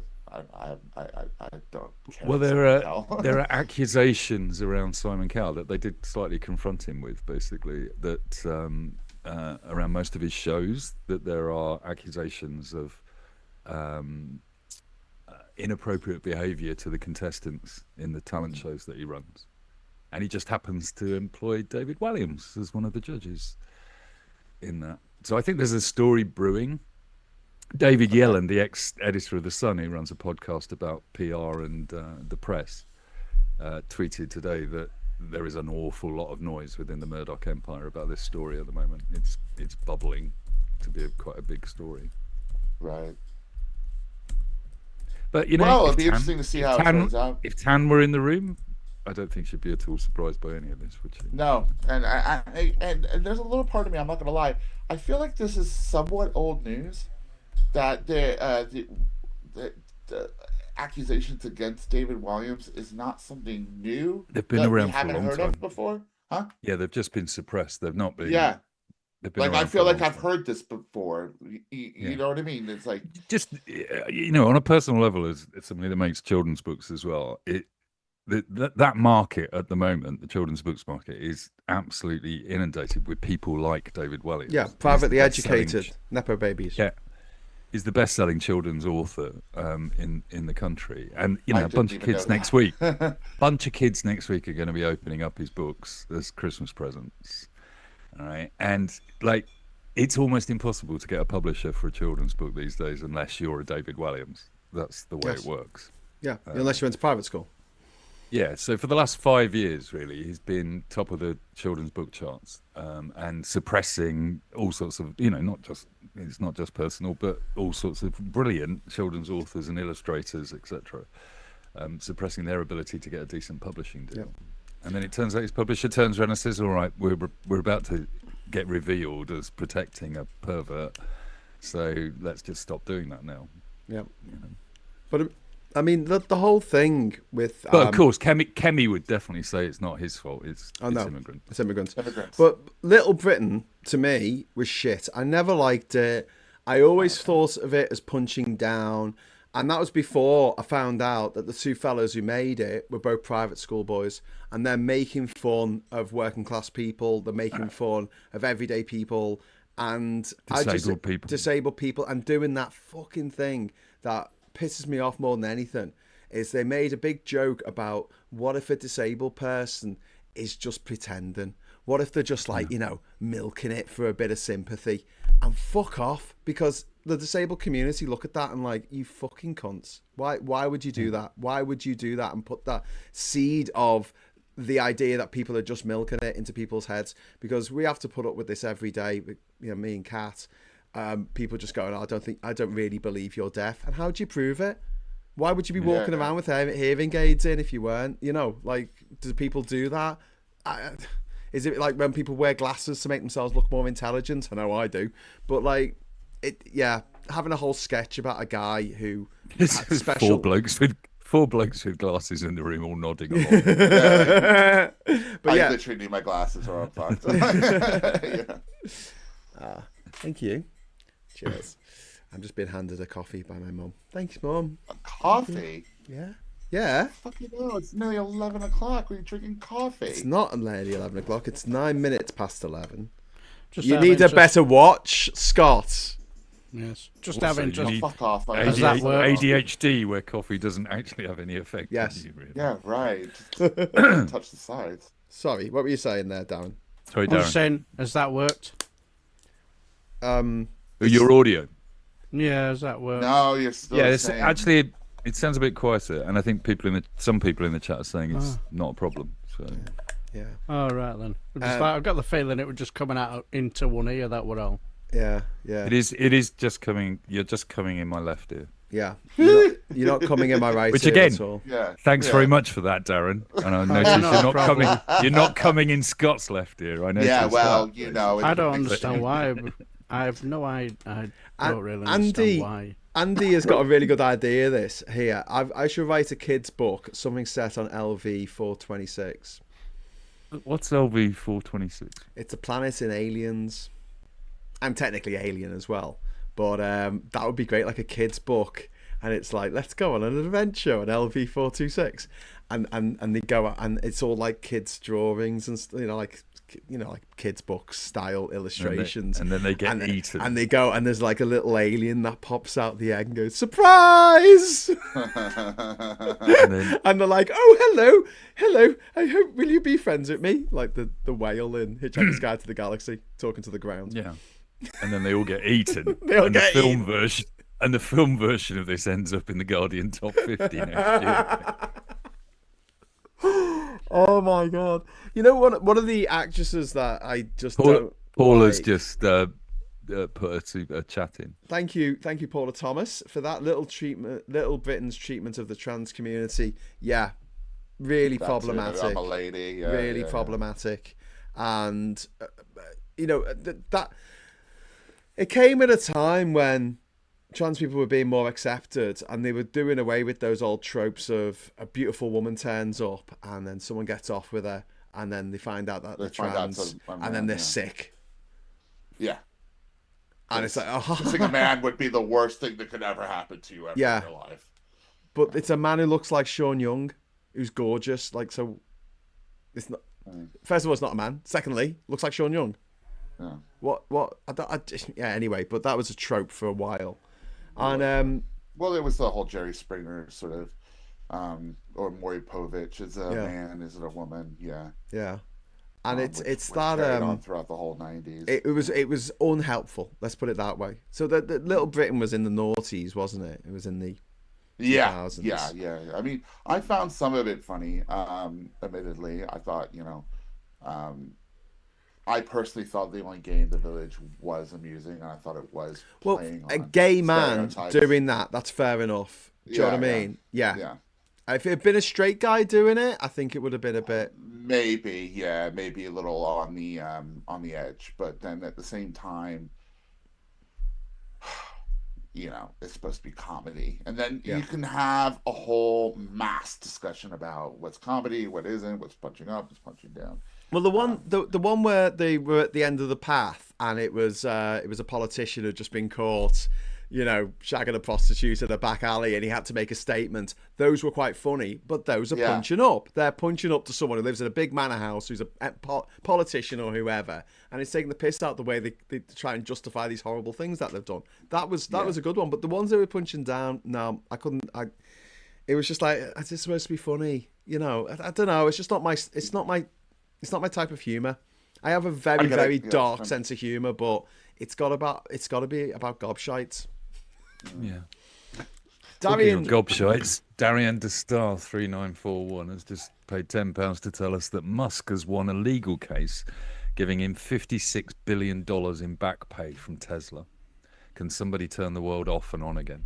Thank you very much to Darian, and I'm really sorry that Mike just called you a gobshite. I don't think you're a gobshite, mate. I think you're a fucking legend. I think you're a diamond in the rough. About Elon You Musk. said, talking of gobshites, Darian's just given us some money. That's what you said. Play back the tape. Play back the tape. It kind of is, yeah. That's exactly what you said. Darian, I love you, and I'm sorry about that. I didn't. My words have been taken out of context and misquoted. Just out of interest, does You're a that shite work now? gob, not a gobshite.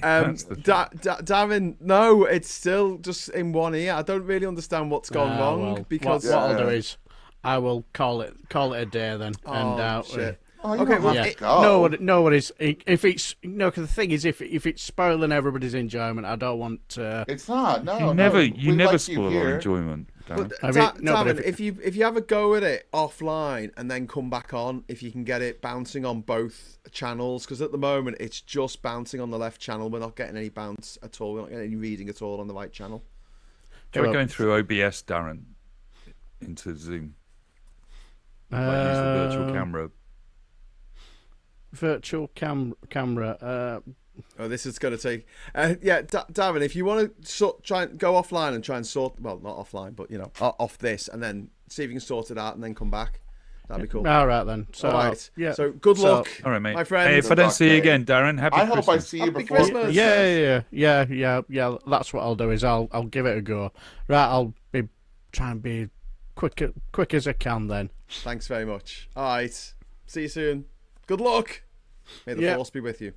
Exactly. May the odds be ever in your favor. Live long and prosper. At the Patriot Games. Live long and prosper, Gandalf. Yeah. Darian, £10 super chat. Thank you, Darian, who says, I've been called worse. Mike. Darren, just so you know, your amazing donation recently that was passed on to me to get a present for Lucas. I had to buy a new suitcase and pay for a suitcase to be able to take all this stuff. But I'm taking about 5 different rocket play sets. Hopefully Lucas doesn't watch this. Of course he doesn't.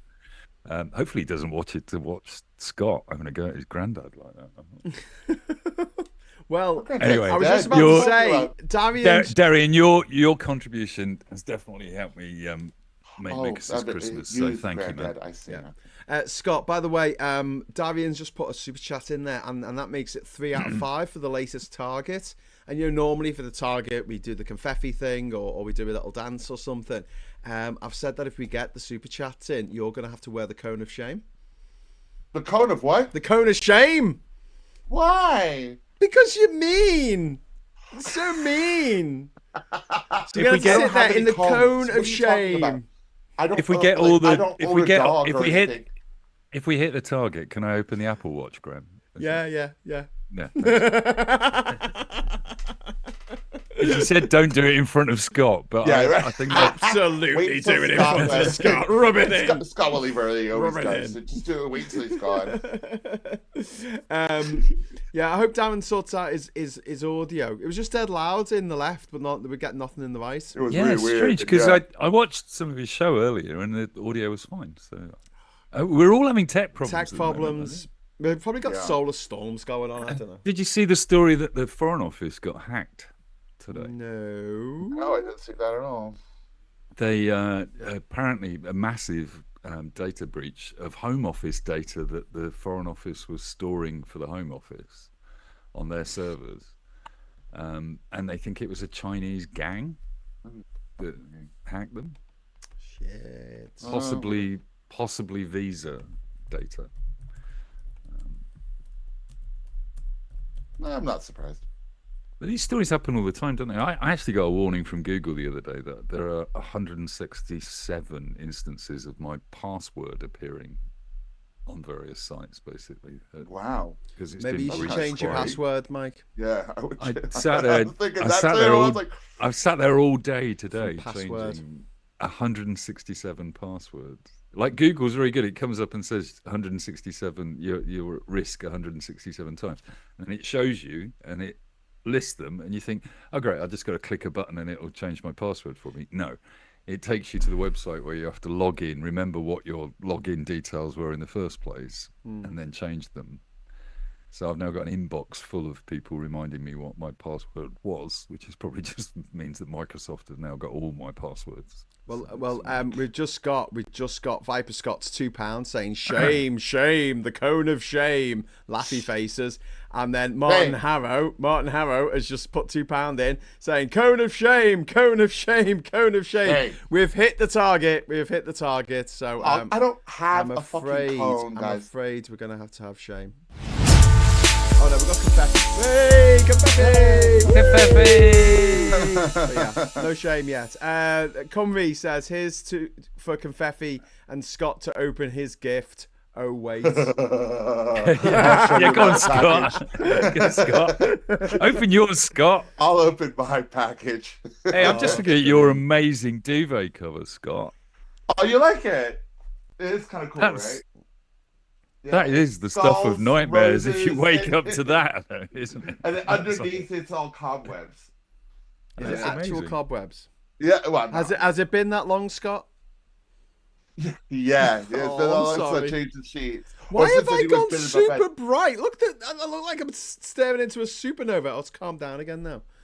What the hell? My camera is fucking nuts. It's nuts, my friend, nuts. Yeah, I thought they'd be very festive for that time of year. Look, I'll be honest, I don't like the material, actually. I don't feel very comfortable when I sleep. So they look great. They just don't feel amazing. Oh, that's a shame. I've been there. But yeah, it's pretty cool. So right, so we're up to 11:20, and I suppose we have to call it a night at some point tonight because I'm not at home. Can't just stay up all night partying. But yeah, are there any news stories that we haven't mentioned from this week that you guys have picked up on that you'd like to make a thing about, or something that's happened in your life, perhaps, or whatever? Or we can just have a pregnant pause. Pregnant pause. I mean, I've brought up a few already. I've wasted my opportunity, haven't I? I actually remembered some news stories for once. Yeah, no, I think this data breach is one to watch. I think the David Walliams thing over the next couple of days is one to watch. And I think, as Scott says, I think a week or two of people trawling through 300,000 documents or 30,000 documents from the White House is going to be interesting. Darian has just dropped £10 in the super chat fund saying donation for Scott to buy a Lindsay Lohan wig so he can be a proper mean girl. I love it. Thank you so much. That's amazing. What's the book called in Mean Girls? The book that they keep. The book Oh. is it called The Lonely Planet Mexico? Yeah, that's the one. That's the one. That's exactly what They've it's got a book about everyone in school, haven't they? And they Yes. write mean things in the book. It's called like the Yeah. Mean Book or something. I don't know. It's a while ago since I watched Mean Girls. Donald Trump's got one of those that he handed over to the DOJ, I think. Has any revelations been found? We've got 2 hours now since the 2 hours and 20 minutes since the The Epstein Burn files. book. The Burn Do you notice, book. Dan? Yeah, it was good. Did you created notice- by the plastics to start rumors, Yeah. stories and gossip about all the girls and several guys The Burn who book. go to North Shore High School. There you go. Did you notice Dan Bongino resigned as the deputy director of the FBI just before this release? Yeah, tell us more about this. So what's happening there? Well, he just handed in his notice on Tuesday, and he's leaving by Friday and going back to podcasting, apparently. Podcast. The head of the FBI leaves to go to be a podcaster. It makes sense because he's no good as the deputy director of the FBI. Well, yeah, maybe that is the case. Yeah. The theory there's two theories. One is that he had an attack of moral fiber and I said, didn't believe this that I will not he post. couldn't stay at the FBI if they weren't going to release the actual files, which is incredibly unlikely. And then there's the other theory that he's written a book and is about to go on a podcast tour explaining what he found out inside the FBI, which is probably more likely, basically. So. Ooh, I just found a shame. I found a shame animation. Oh. Yeah. Oh, it says shame on it. That's great. That shame. Shame. I find the animation of the woman from Game of Thrones, and I would appreciate that. Okay. Yes, we should do that. When I come to visit you in London, we shall strip you Shame. naked and we shall. Shame. Can I be the one with the bell? Don't I walk with a bell and go shame? Do that on camera. Could you just I'm not going to be naked, mate. You are. Oh no! We lost Scott. Scott, your internet's gone all Wayne. Whatever you. Wayne's Little games you want to play, Wayne's playing with your cables. we can play them together. Yeah. Anyway, moving on. Kirsty, thank you very much for You'll be the playing with my £5. cables too when you come over and Excuse sit naked to play excuse Shame. me. Graham's talking.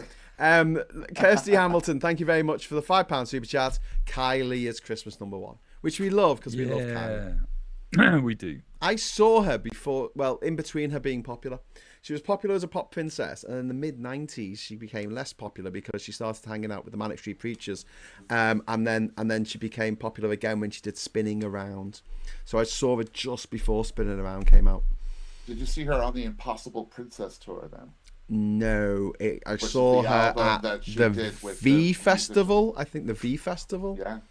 She was doing the sort of like indie album. Yes. Impossible Princess, Yeah. which was actually a really good album. It was. Yeah. I'm quite partial to really Kylie, good. I've got to say. She's just always I liked- someone who's always been there, in my I life. think it was it Fever that had Spinning Around on it, or no, it had I Can't Get You Out of My Head, and that is actually a really good album as well. So yeah, Can't Get You Out of My Head is the best name for a song ever, for a song that is so bloody brain Catchy. earwormy. Yeah. Earwormy. yeah. Catchy. Yeah. Ironically Also, there. superb video for that. Yeah. You like those hot pants, do you? Yeah, I'm definitely that fan of turned the me hot into. pants. That's what turned me into a Kylie fan. Russell Howard left TV presenting to tour his stand-up shows to be a podcaster. Russell Howard, I don't particularly like Russell Howard, to be honest with you. I've gone all white again. What is this? Stop doing this weirdness with the. Oh, Like a white supremacy thing. no, Jesus. Hang on. It is kind of weird how it just kind of flashes into this sort of like really. So when I go close to the camera, it starts to freak out. There you go. That's better. Adjustment. I'm just going to move over here so it sort of blend into the background. Yeah, sums the wanker up, says Diz. I don't know who Diz is wanker? talking about. Scott, probably. Which wanker are we Probably talking me. about? I've been Yeah. the wanker today. The trailer for the Milena doc dropped. It took the eye out of AI. It is hilarious. It costs so much. Is this the one that cost like $60 million or something to make a fucking documentary? $15 million, apparently. Wow. And the trailer is just like this fast cut that effectively makes it look like she's the power behind the throne, like she's advising Donald in various different meetings. And there's a bit right at the beginning where she's going up to the inauguration, and she turns around to the camera and looks straight down the lens and says, "Here we go again." And there's a lot of people have been analysing that clip and saying they think that's AI. Wow. It's going to be. I mean, we're going to watch it, aren't we? It's got a cinema release. I don't think I'm going to watch it. They're putting it up. They're putting it up for an Oscar. Oh, do you know what we need to talk about? The Vanity Fair shoot. I was just about to mention that. Literally just about to mention that. Oh, where are you, Scott? Were you just waiting until the end of the show, until we finished, until we've done the credits, and then you go, "Oh yeah, I was going to mention the Vanity Fair thing now." I'm waiting for you guys to shut the fuck up. Oh, that makes a change, yeah. Go on. Right. Go on, Scott. Tell us. Please, tell me all about it. Fuck you. No, fuck you. Fuck you.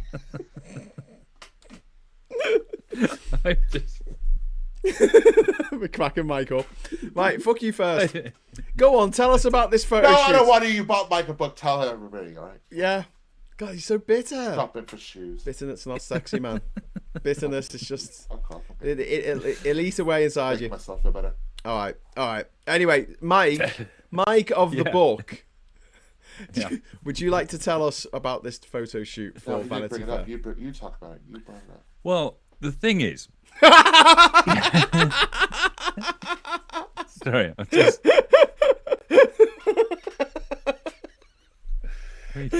Wow. God, no, it's Scott. I'd like to hear it from you, actually. There was a Vanity Fair shoot, and they took these like really sort of awful pictures of the sort of staffers in the White House. People like Stephen Miller and Caroline Leavitt. Yeah, it was kind of this weird sort of, I don't know. These pictures were really bizarre, and they made Caroline Leavitt look like she was about 45 years old, which I don't think she was too impressed with. And, she's only 28. I know. We showed that picture to the kids and said, "How old do you reckon she is?" And they went mid-40s, both of them. Yeah. The photographer that did the pictures, I started following him on Instagram. He's a very famous photographer. If I'm correct. Yeah, he is, and he's very good. Knows exactly what he's doing. Yeah. The sequence that the shots that he did before this shoot were of George Clooney, right. And Clooney looks incredible in these pictures. And there's close-ups of his craggy face, all right, but he's got a beautiful face, so it was fine. So it's all right. But they're also done with the right lighting and everything else to make sure that looks, those close-ups of a human face by great photographers really reveals something about the character of people. Yeah. And he knows what he's doing. And you can just imagine in the White House, they sat there and looked at those pictures of Clooney and goes, we'll get him to take pictures of us. We're all going to look great. And then the photographer turns up and thinks, I fucking hate all of you. I am going to... fuck all of you. They literally used Graham's web camera, basically. My terrible webcam. Hey, Darren's back. Hello, Darren. Has this worked? Oh, Darren. Sorry. No good. It's still in one side. Is there a knob that you need to twiddle? Is there a knob that's turned all the way? There's always a knob that needs twiddling. All the way to the left, and it's not turned to the right. It's like no. Have you got a mixing desk or anything, or a virtual microphone turned around? Is it? No, I don't think that's how it works. Is it an XLR microphone? What type of mic? Is it a USB microphone or an XLR? It's a Focusrite Studio thing. But it's the cable that goes into it. Is it like an audio cable or is it a USB cable? It's a USB cable. USB. Okay, that it goes into my laptop. It don't make no sense. It's the laptop is being a moody bitch. So anyway, I don't know what you did. I don't know what you did. Have you been a bad boy? Is that why? No idea. I have absolutely no idea what's going on. Did Santa Claus come and fuck with your audio? Yeah, clearly. Anyway, I'll leave it thanks there. Anyway, we're going to wrap up soon anyway, Darren. Yeah, so yeah. Thank you. Happy Christmas. Yeah, you too, and have a really very good prosperous Christmas, New Darren. Year as well. Wish you a To you Merry all. Darren, and you, man. Thank you. And you. Take care. Take and care, my friend. have a pleasant weekend as well. Whatever you're all doing. Take Right, care. Will do. Cheers, man. Bye. Bye. Okay, bye. Cheers, man. Hannah's in the chat. Hello, Hannah. Oh, Hannah, Come on up. you should come over and take Darren's place at our side. Well, the side of Scott, actually, in the way that it's set It'd up. be nice because she's only just got back with train delays and she probably hasn't seen this nice present that I got. Oh, yeah. That's true. That's true. Check it out, Hannah. exactly. We He's should got a just book recap, about- Hannah. I got this present from Graham. Yes. Who, It was the he nicest sends them out person. to all of his best friends. He Yes. sends these out to. Only to my best friends. The bestest friends. The bestest of friends. Scott, I Hi, love Scott. you, Scott. Scott, what's up, Scott? Why aren't you smiling anymore? What's wrong, Scott? Oh, I don't know. I don't know if it's He's Scott. got the Erica. He's got the Erica Kirk stare. Get fucked.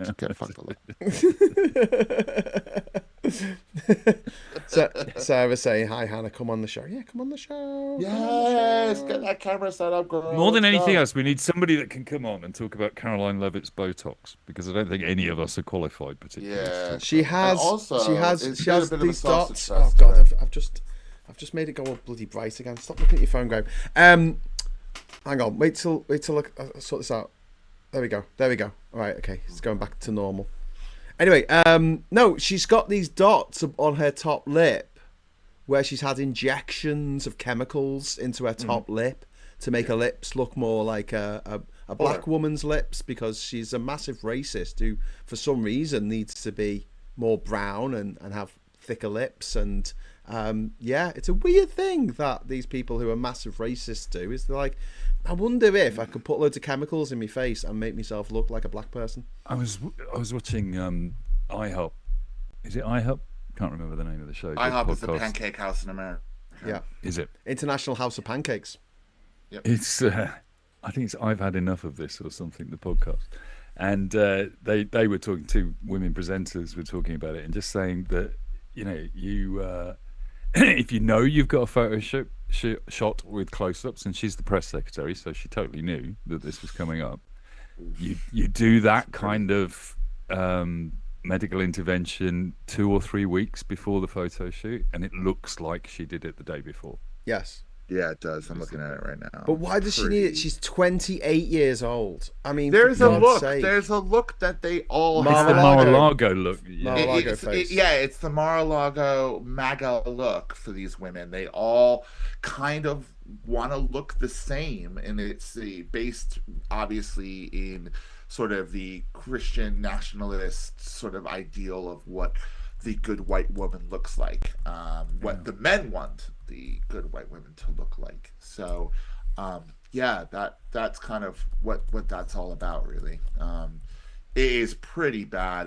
It's really obvious. It's just really grim that a woman that young, she's not a bad looking woman either, like feels like she needs to do that to her face to appease the horrible men who surround her. Her husband's 62, her husband.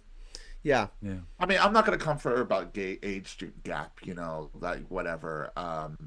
That's fine. It's just, but isn't it a bit rich for someone who's like, who's that old, who's 62, clearly demanding that their partner, the wife, must be. I mean, has could to, also be doing put it of her chemicals own in her accord. face.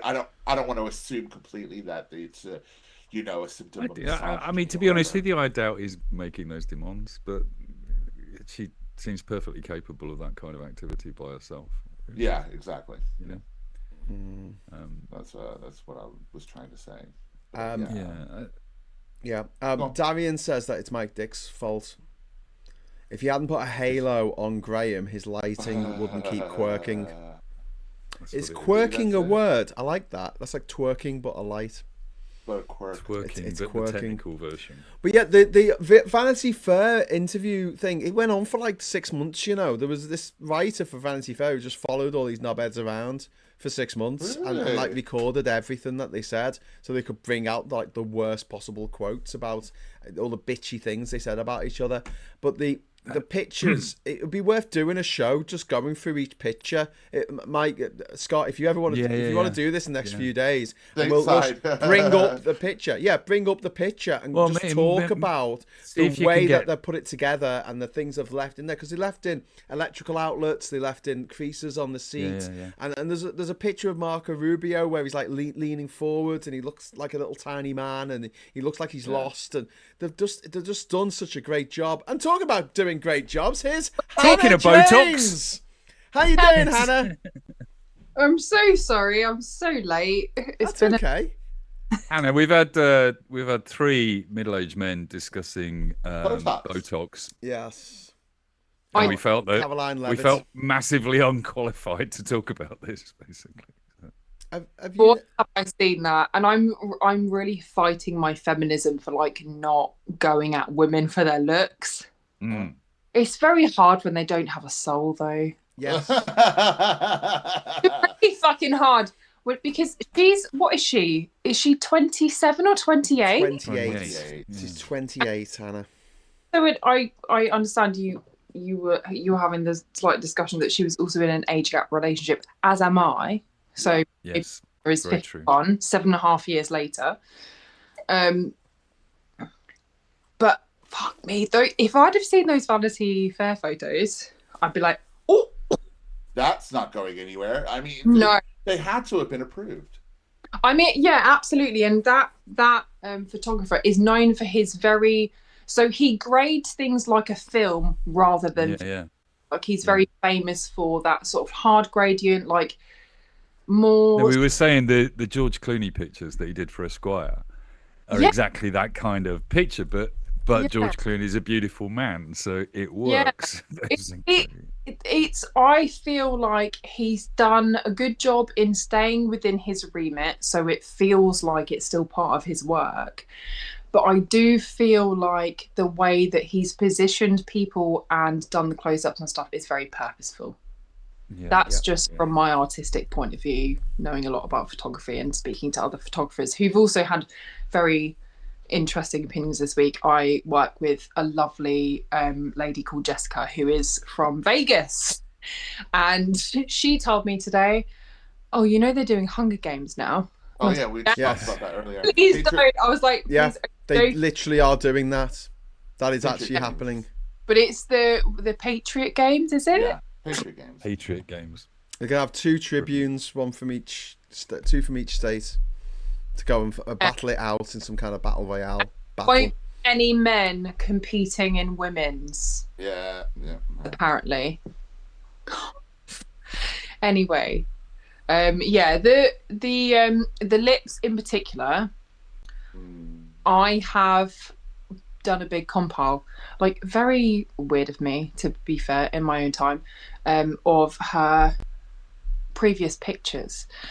She had no top lip whatsoever, and I've had friends who've had lip filler, and I've considered little tweaks here and there myself. Right now I'm considering a little bit of Botox because I'm nearly 33, and I frown at everything. I frown when I sleep, I frown if there's sunlight, I just frown a lot, and I'm like, oh, How about I come and turn that frown upside down? With my Botox! Yeah! And I do appreciate that there is a level of, women should look a certain way, and it doesn't. Aren't you worried that it might make you look a bit odd? That's why I've avoided things. I avoid the sun in general now. I avoid the sun because it's a fucking rag. Yeah, written by Rupert Murdoch's friends. My face is my money, and I do think that, especially when you start it very young, you get a bit blind to it. And I feel like the trend is a lot of like 20-somethings, particularly early 20-somethings, are doing things because it's a trend. You see a lot of like overfilled lips on Love Island, all that kind of stuff. It's not. I don't think it's very good for women in general. But even I am now considering, like, everyone keeps asking me, have you had work done yet? Because I'm in my... I'm like... Weird how you're expected to have that. Hannah, but the thing is, it's all digital photography now, so everything gets run through Photoshop. And I'll tell you now, as someone who's used Photoshop for 25 years, God, longer than that, Jesus. It's a lot easier to get rid of wrinkles than it is to get rid of like massive lips on a tiny face.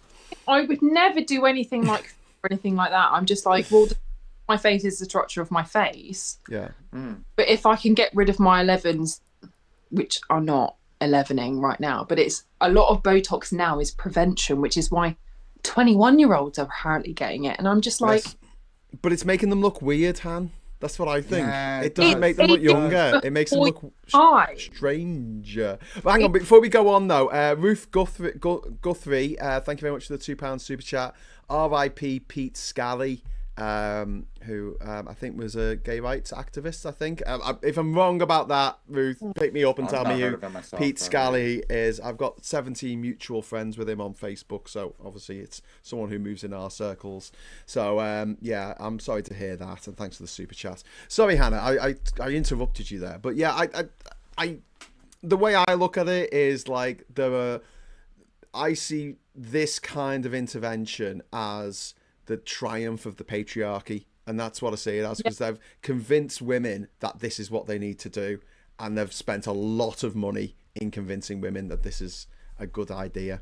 And I feel the same, which is why, and I also feel really annoyed at myself that when someone says to me, have you had any work done, and I get to say no, that I'm some kind of elite, like I'm all natural. Like that's also really shitty on me. And I'm very aware of that. And that's also part of the reason why I haven't had a little bit of... Oh, Jesus Christ. These are lips, having known many models, friends of mine that have done this, subtly or not, for their own benefit. That's not very subtle, though, is it? That's 1, 2, 3, 4, 5, 6, 7. Because you've still got the scabs there. So if you're having the dots, those Mike, can you get it off the screen, mate? Sorry. Those are absolutely all of the points of injections, because if you're doing a full lip, because before, from her photos, she had nothing, especially when she smiled, it was like this. She had, and also sometimes that happens, and that's fine. Leave it the fuck alone. But she obviously felt the need to do that. One of the things for me, Hannah, is it's less, because I think you're right. We have to be very careful about commenting on her looks rather than all the Nazis that the photographer took pictures of, who all look bloody terrible in all of their pictures. But I think we're kind of picking on her because she's the press secretary. Yeah. She probably is the one that chose the photographer with Vanity Fair, that approved that photographer.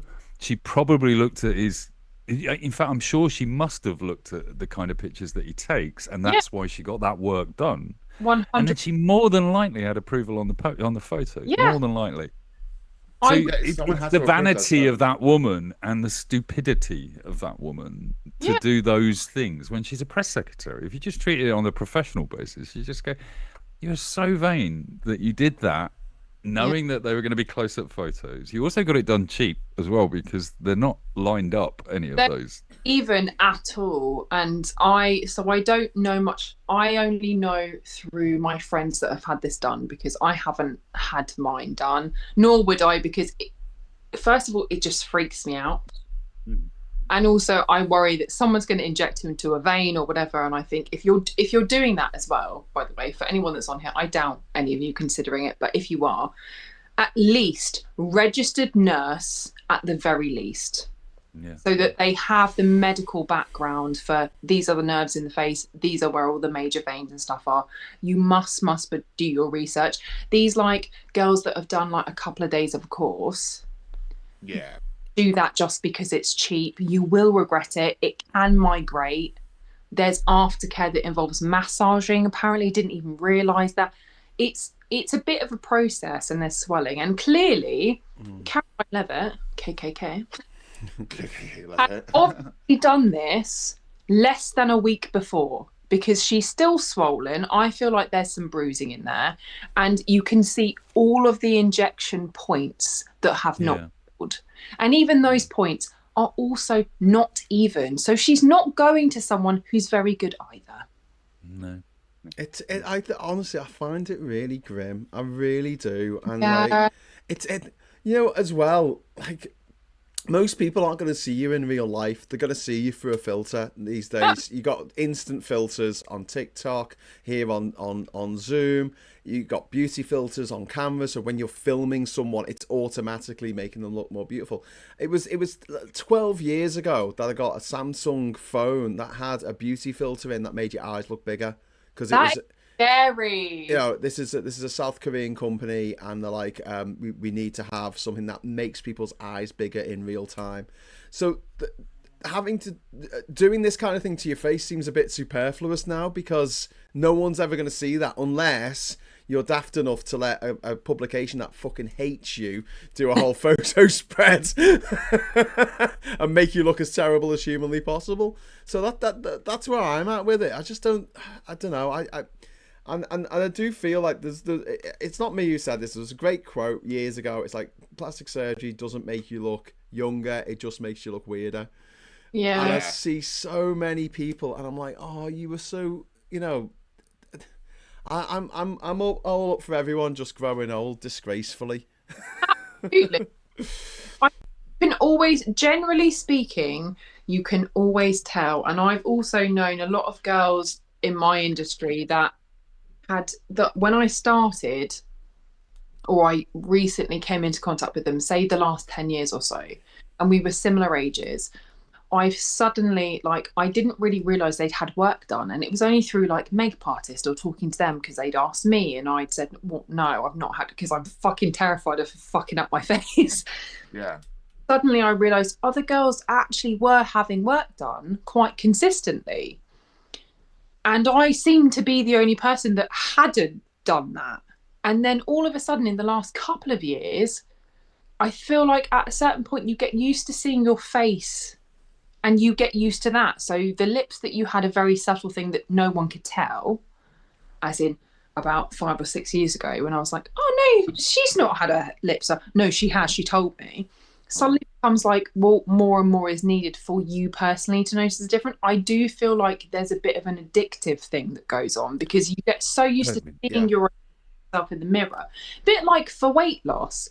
If you lose half a stone, other people probably would notice. Whereas you, because you're seeing yourself every single day, you don't. So you become a little bit sort of distant. Cumry in the chat is just saying about this. I was told that plastic surgery is like somewhat like getting a tattoo. You have one session and you start looking at your body where you can have more sessions. Yeah.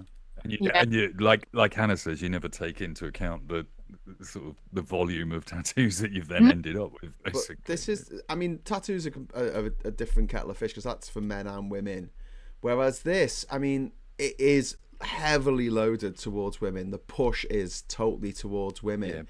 And you've got a situation in South Korea, in Brazil, where girls as young as 16 are going under the knife for operations, and it's just scary.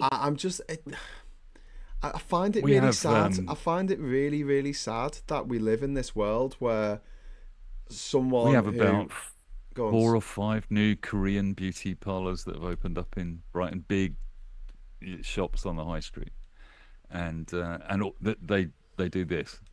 They do injections, basically. That's what they do. And isn't it? I mean, you know, wow. Some of the people, not everyone, obviously, but you've got some mad anti-vaxxers who are getting this done. They're like, no, don't give me that jab. That will save my life. I'll have the spider venom instead. Yeah, I'll have the spider venom injected into me fucking face. Salmon sperm is a Yes! That's a new one, isn't it? Salmon sperm. The vampire facial, so you get your plasma and out. It gets in a centrifuge. It gets fucking spun around for ages, and then it gets micro needled back into your face.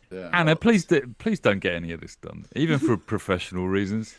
Like, everybody in the chat is quite happily saying that you're a very beautiful woman, and just grow old beautifully. I really do appreciate that, and I feel like some of my like, oh, should I just get a little bit of something, has only come from other humans having done it. It's peer pressure, and saying, you probably have done, or you should have by this point. Look, I wear SPF, I stay out of the fucking sun, I have my prescription tretinoin, which is a retinol, so if you also have acne, that's something to look into.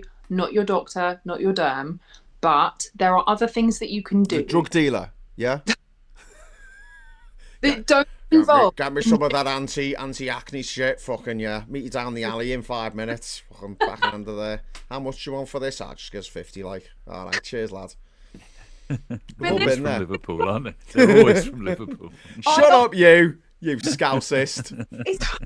It is fucking weird though, because I often get in a chair now, and because also I've got quite a prominent like Cupid's bow, and also it's a bit wonky if you look really carefully. No one else will notice, but makeup artists do notice because no, I've noticed, Hannah. Every time I see you, I just think, look at Hannah and her wonky lips. Look. No, I realise it's fucking ridiculous in the grand scheme of things for me to even notice, but I'm just passing on like this is the feedback that I get in the chair because people are so fucking close to your face. I've had people shave in tash. I've had people pluck eyebrows and whatever. They're so close to you, but I'm almost expected to have had work done, and I am resisting it so fucking hard because I do. And it's a wider societal thing as well, isn't it? Like, yeah, I mean, spent far too much of my later life and dating apps. Some of the pictures, you just go, "Oh, bless you, love." Yeah. I just wish you hadn't done that. You're 58 years old. Don't do it. Basically, it's like, you know. But there is that thing of growing a disgrace. When I was in Toronto a couple of months ago. One of the people walking on the red carpet was Emily Watson from Gosford Park and Chernobyl. Mm-hmm. And she must be in her late 50s, 60s now or something. Yeah. And she had either had a stroke or she had had something injected on one side of her face. She came over to get photos. I'll show you some footage that I got when she came over to get photos with people, and she couldn't smile on one side of her face. It was completely... But you do know that if you have Botox, it's called, I believe it's called Bell's palsy. So there is a horrible side effect that can happen. It's very rare, but it can happen because obviously you inject Botox into the muscle that basically stops the muscle from moving. So if something goes a little bit wrong, you can have a drop almost like you've had a stroke in that side of your face, and it can take weeks and months to heal and go back to... It's always reversible, but it's a very minor risk of having Botox. Yeah. Someone's saying the only thing Hannah needs is to get the Harry Potter tattoo removed. I was thinking about this. Did you ever watch Gravity Falls? Hannah, did you ever watch Gravity Falls? No, I didn't. I've got to introduce you to Gravity Falls. It's a cartoon, kids cartoon, 2 seasons, fucking brilliant. And the evil bad guy is called Bill, and it's the pyramid off the back of the $1 note, you know, with the eyeball on the pyramid. Okay. And it's this crazy guy called Bill, and I think you should watch Gravity Falls and then get your Deathly Hallows turned into Bill from Gravity Falls, which will not be cool. And if anyone in the chat has any other suggestions, do we need to see it again? You know what I don't know if I can even show you properly. Is that we can see it. Yeah. So I got this done when I was like... I could so turn that into Bill. So if we have suggestions to cover it, transform it, turning it into something else, also welcome. Send me your... Mike, can you get us up a picture of Bill from Gravity Falls? Yeah, sure. He can do that. Mike will show you. Mike will show you what we're thinking of. There was the best tattoo cover-up I've ever seen. You've probably all seen this because it went around on the internet about 10 years ago. And someone had tried to do a Pikachu on themselves and it had like fucked up really badly. So then they went to a professional tattoo artist who could actually draw a Pikachu. And what they did was they drew a canvas around it on an easel, and then had an actual Pikachu painting a picture of the Pikachu. And the tattoo, the old tattoo, was the picture that Pikachu was trying to paint of himself because he's a Pikachu. He can't paint. It's a very clever way of clearing up a very, very bad tattoo, a very badly drawn tattoo. But yeah. Do you know what I always think of? Do you remember when there was the woman in Spain, I want to say Spain, and she tried to fix the picture of Jesus? There you go. There's Bill. There's Bill there. Can you see it? Come on! You're so going to be able to do that. Just put a top hat on, a little arm sticking out. Need to get full colour in the centre to cover up the black. Yeah. You need to watch Gravity Falls first, though, because, you know, it honestly, it's one of the best TV shows of all time. And I feel like it needs to mean something to me. So I need. It's a classic, though. It's a classic, though. In 10 years' time, we'll find out Bill's in the Epstein files. Well, I was going to say Justin Ryland or whatever his name is, the guy from Rick and Morty, not Vic, what's it called? Rick and Morty. Rick and Morty, the guy who did the voices for Rick and Morty. Yeah. You know, he got done for like sexual assault and domestic violence. He did. Oh, really? Yeah. And he got sacked. So they've got 2 people now doing the voices for Rick and Morty in the because they sacked him because of these. But he was involved in Gravity Falls as well. Literally, why is everyone? Is everybody good? Fucking perverted. Yeah. Oh, why the best ones. It's why the best ones die at 29. That's the thing. The thing is, it's to protect their legacy because they know they're going to turn into a paedophile. Acting, it's so. They know that it's going to. But if you know, David Bowie slept with women who were under the age of 16, and he wrote about it in his. I'm sorry.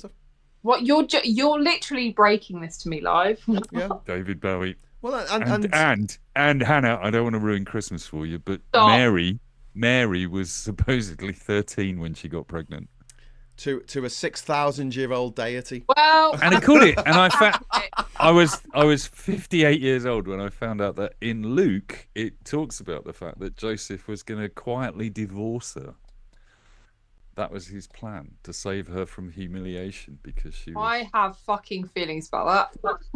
But no, Mick Jagger as well, and probably Iggy Pop as well, and you know, the guy from the Velvet Underground, Lou Reed.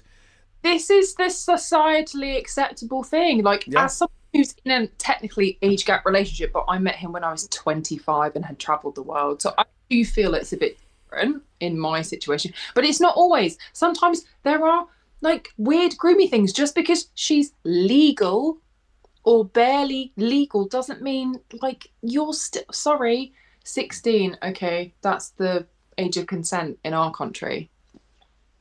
Still not cool if you're fucking 28. Yeah. The difference. Oh, I'm still at school. I've just finished my GCSEs. I have a job and I've probably renting a flat. Yeah. And probably been married as well. Yeah. Two kids. By the way, Cumry has weighed in. Gravity Falls was like Fawlty Towers, only 2 seasons, but was an absolute belter. Honestly, it's one of the best. It's one of the best shows of the 21st century. Tell me where I can watch it because I have Disney. Netflix. Netflix. Disney Plus. Disney Plus. Oh, okay, perfect. Yeah. That's my Christmas watching then. Honestly, you binge it over Christmas. Yeah. I think you'd have a very good time with it because it's essentially a kid's version of Twin Peaks with a bit of the Twilight Zone and a bit of the Outer Limits, and it doesn't take itself seriously, and it's a lot of fun. It's a lot of fun. George Dawes only, thank you very much for the £5 super chat. I actually find all of this cosmetic surgery stroke work an actual turn off. Sorry, but it kind of gives me the creeps. So that's George. Yeah. Well, that's what I was saying about. I find that it. You know, I've got friends who've had stuff done, and I don't know. I don't want to say. I don't know what to say to them because it's like someone getting a shit tattoo. Or someone having an ugly baby. You don't want to say, oh, fucking hell, that baby's fucking ugly, innit? Jesus Christ, that come out your minge. Gee, I'll put it back in if I were you. Bloody hell. You know, if you say that to someone, they get all upset with you. Awful. I don't know it's why. awful thing to say to someone. I don't know why. It's really hard because on a human level, especially as we're lefties, like, do what you want with your body, it's very much, if that's going to make you happy, yes, what you want. Yeah. But I do feel there's also a level of responsibility that comes in, especially for younger women who are more pressured. Although, have you seen that fucking guy that was like a looks maxing guy this week? Yeah. That had surgery. Looks maxing? What's that? Looks maxing. I've literally only heard of this week. So, Mike, I feel like you've seen a few bits as well. Yeah. Look maxing is maxing your looks, so they rate themselves on numbers. Fucking weird. Always. And then like there was a video of him bashing something hard against his jaw in the hope that it would stay there. This young man, I think he's like under 25. He's gone That's really upsetting. Had a jaw surgery. Oh, for God's sake. And it's gone wrong. Oh no. and he's been in the Daily Mail, and one very fully puffed up. He's like, "What have you done to me?" And you can hear the doctor in the background going, "It's sorry, it went wrong. We'll refund you the full thing." And he's going, "What have you done? I'm now like a -5 because he rated himself." So it's actually really incredibly sad because this person is poorly. To me, this is akin to like an eating disorder or something. Yeah. And I think that's the thing that Graham, you were saying earlier, that it's mainly women that are targeted for this at the moment, but it is only a matter of time. You've only got to look at the cosmetics industry that's starting to tell men that But I this understand. isn't right, this isn't right. Here's a new thing we've invented that's wrong with men in their 40s, basically. I understand the desire to get, say, for instance, gender affirming care. Of course. And that's, I see that as a different thing. I don't see that as the same ballpark as like people who are just like, oh, I'm in my 20s, I'm gonna get poison injections into my face. And there's just so many things that can go wrong. There's so many horror stories like what the one you just told, Hannah, and you're just like, fucking hell, like they're so young, and it's like the turkey teeth to me. Oh yeah, the really white teeth. It's like, and so like a lot of these people that are getting the turkey teeth have perfectly good teeth, so they could get composite bonding instead. So if it's the you're unhappy with, you could get things put over that wouldn't destroy the actual function of your teeth, the integrity of your teeth, like the strength of your teeth. Things are shaved down unnecessarily and then placed. But I feel bad talking about this because I'm happy with the way I look. Do you know what I mean? I think I look all right. I don't look at myself in the mirror and go, oh God. But people do, and they want to try and fix it, and they want to try and make it themselves feel better. And if this stuff does make them feel better, great, and that's cool. But the stuff I worry about is the mental health of people who are going under the knife and then coming out the other side, and it's been botched, or they've used some injection that fucks them up for life. And I think we need a lot more regulation. And I also feel like, and this is going to sound terrible probably, and everyone's going to turn against me in the chat and everything, but I think if you're going to go under the knife or something like that, I think that part of that process, by law, should be a psychological evaluation to make sure that you're okay. No, I absolutely 100% agree. And I'm glad you agree with that, because I thought everyone's going to jump on me and go, fucking hell, Graham, you mad bastard. 100% agree. And I'll tell you, I had a really interesting experience, and I know that this is the only reason I'm going to share this, because I know she won't mind me sharing it, especially anonymously. But a good friend of mine was a very heavy cutter when she was a teenager. What does that mean? A cycle. She was self-harming. Oh, God. So she ended up with an awful lot of scars. Okay. And I feel her treatment was so mental compared to what you can do to your fucking face or your boobs or whatever. Yeah. We were going through NHS, and she'd gone through multiple consultant appointments, and she had a daughter at that point, and she was still very young. We were in our early 20s. Yeah. And she had cut to the point of it looked like she could have been attacked or something. Like we're not talking like surface level, like some of us have a few little scars that sometimes people might notice, but this was very acute, and at one point she'd had a bit of a chunk out of her arm. So he wanted a skin graft to cover the bulk of the scarring, so it would then just look like a burn, because a lot of that kind of slicing scarring has a massive stigma to it. And she was often picking her daughter up from nursery, and she was getting a lot of looks. So for her, having a bigger scar with less stigma attached was a much better mental health thing for her to have. And this is what she wanted. We had to fight tooth and nail. She took her mum, she took her dad, and then eventually she took me.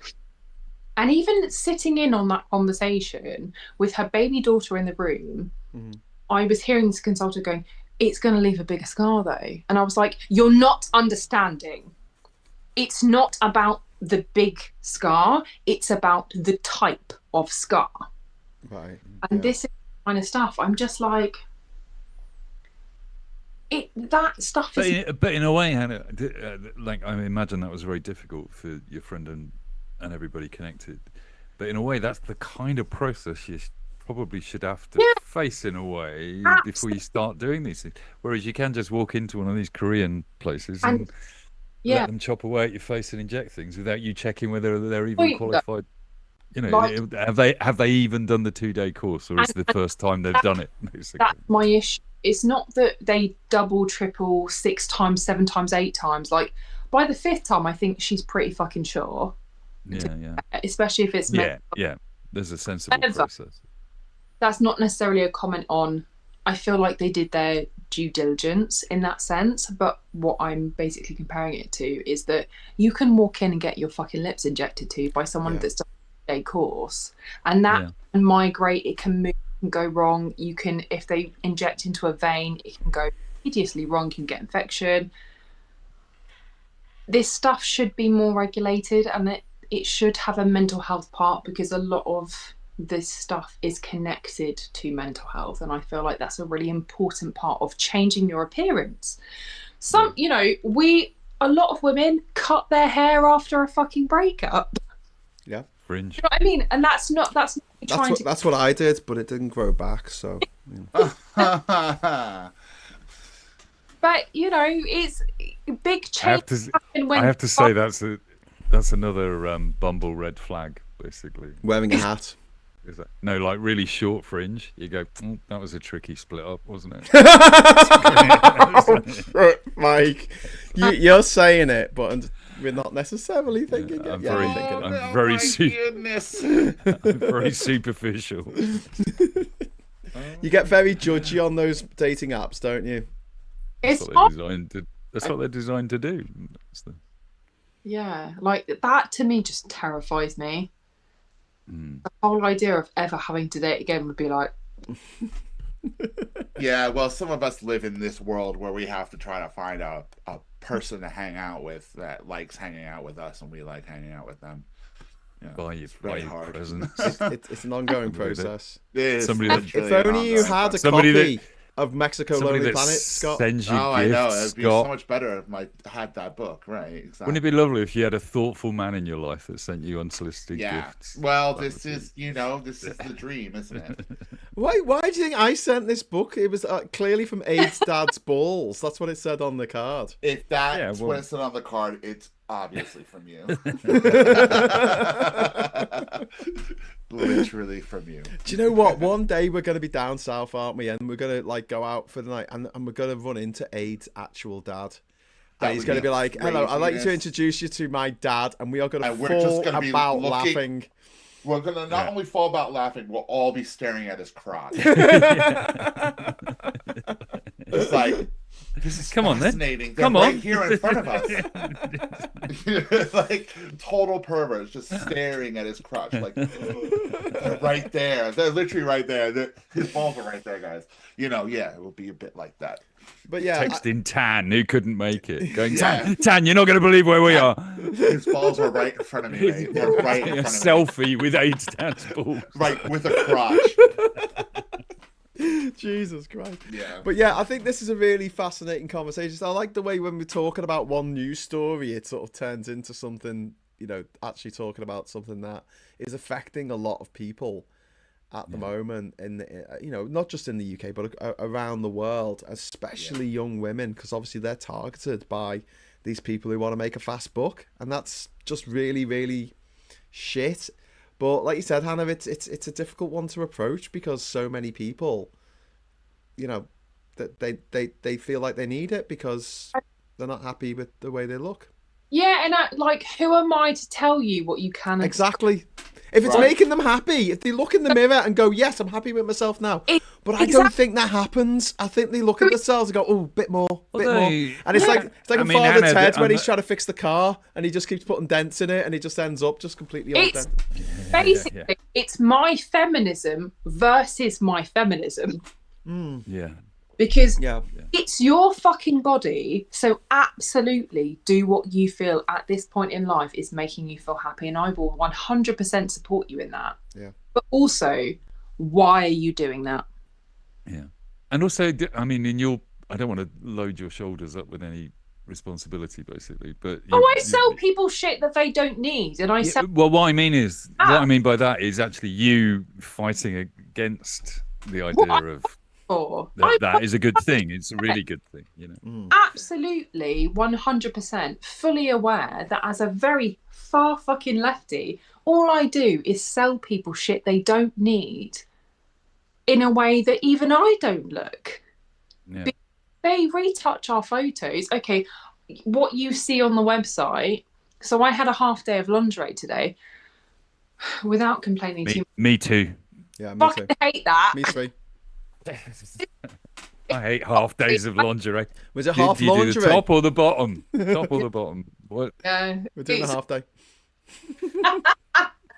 I had a lot of Evan's clothes, which are like very like flowy, and then I suddenly went into like yours clothing, like lingerie, and I was like, so they're like, stick your ass out more, and I'm like, it's wide but it's flat. I'm sorry, that's all I've got. Like it's stupid shit like that, and it's like, well, can you turn the right angle so everything looks good?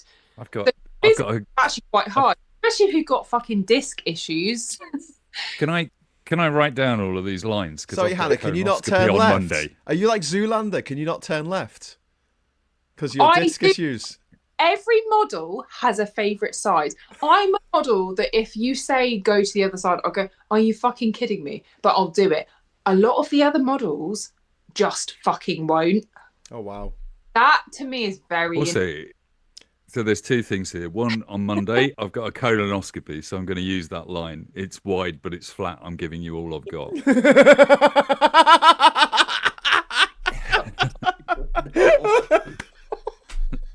And then, that sounds like something I say on a Saturday night. And then on a political note, this comes back to the Vanity Fair photos, doesn't it? Where none of those people knew their bad side in those photos. None of them knew the poses that they were doing would look stupid. They're not models. They didn't fucking know. They didn't. They trusted a... Can I just say, Darian in the chat just said, balding Graham is still hot. Damn him. Aww, I thought you might notice that comment. Darian. Oh, quite a while back that you've scrolled back through all the other comments. Yeah, I know. I'd scroll back a bit. Whatever. Oh, I take it wherever I can get it, Mike. You know this. But yes, anyway, so we'll be taking it next month. Oh God. I'm sleeping on your couch, mate. What are you yes, doing? You are. I'm sleeping in my bed. You're not selling it to me here. Yeah, my bed is big enough for both of us. I'm just saying. Yeah, but we've established that duvet is a bit itchy. This duvet cover, the duvet cover isn't the most comfortable, but I can change that. So I've got you on Monday. This is going to be like the Craig David song, and then on Tuesday I'm seeing Tan. Wednesday I'm seeing Rach. Thursday, I'm going to probably see Hannah on Thursday, and then Mike on Friday. You're going to be in with the reptiles. Sorry? The reptiles. I'm going to sleep with the reptiles. That sounds like a threat, like someone in the mafia would say, yeah, he went to sleep with the reptiles. But yeah, you got a little crocodile? Have you got a little Komodo lizard, anything like that? I've got a crested gecko. He fucking bit me the other night as well. Bastard. Yeah, God forbid a wild animal bit you. No, you can't spit. You've been keeping in a glass box. Do you know why? Do you know why he bit you? Because you're made of food, Hannah. You're made of food. Are food. You are food. He eats leaves, doesn't he? Yeah. He drew blood for the first 12 years. Because you're made of food. No, he drew blood, and I was like, oh, he fucking properly bit me. Yeah, they'll do that. 12 fucking years. No loyalty to lizard. Yeah. Do you feed him to one of the snakes or something? Is that? No, like I Thank God you don't have a Komodo dragon. Do you have a hierarchy of animals that you can threaten each of them with, basically? Yeah, so bearded dragon probably wins over royal python, unless the royal python is quicker because they wrap and roll. Right. So, and then Fred is just tiny. He sticks to everything, and he's like very fucking fast. And that's why he bit me, because basically I go into his tank in the night, and that's when he's more awake. So he's a bit like fucking fast. You get in his tank with him. Well, I didn't know. Like he has a massive tank. It's like Okay. that's tall. It's big enough for both of you. Yeah. Yeah. And This tank is big enough for the both of us. Boom, boom, boom, boom. When Hannah says you're sleeping with the lizards, Graham, Yeah, I'm sleeping in a lizard I think tank. she's being literal. Oh my god, all these lizards attached to my face. Ah, I mean, don't worry. It's nice and warm, and there's plenty of food in there. Oh, But, you know, there's heat lamps everywhere in that room. yeah, you'll be fine. But yeah, you know Komodo dragons, they bite you and then they follow you around for like a week. Do you know waiting for you to die? Yeah. Do you know what? So fucked up. They follow you around because they are actually venomous. Yeah. So everyone's poisonous. Poisonous is if you eat something and ingest it. Venomous is what we use for reptiles, and that's something that as a reptile nerd really annoys me. Because they're like, are they poisonous? I'm like, no. No, they're venomous. They're venomous. So you can eat them. You can eat them. Yeah. But if they bite you, it's venomous. So yes. Komodo dragons are quite venomous, but also they have so much bacteria in their mouths that they bite you. Like the venom obviously gets put into your bloodstream, and then they wait. They wait. They watch. They watch you. I don't like it. Like this. And you to get limp and like a bit, oh, I can't handle life anymore. And then they fucking attack in groups. And that's like as someone. That's how Tommy Robinson does it, isn't it? I've played with Komodo dragons on Komodo Island. Stop it. In Indonesia. It's next to Rinku Island. Oh, you've just become Flores. Hannah's hero. Oh, look! Did you see that transformation? Yeah. Actually, I don't know. You became her hero. Well, I was telling jealous of you. I was telling Hannah about all the geckos in my house in Bocas, in Panama. I just live with lots of geckos, and they're so cute. They're so cute. You've got all the lines, Graham. Live on your basically. I just wish it had like more things on it. What? What had more things? What?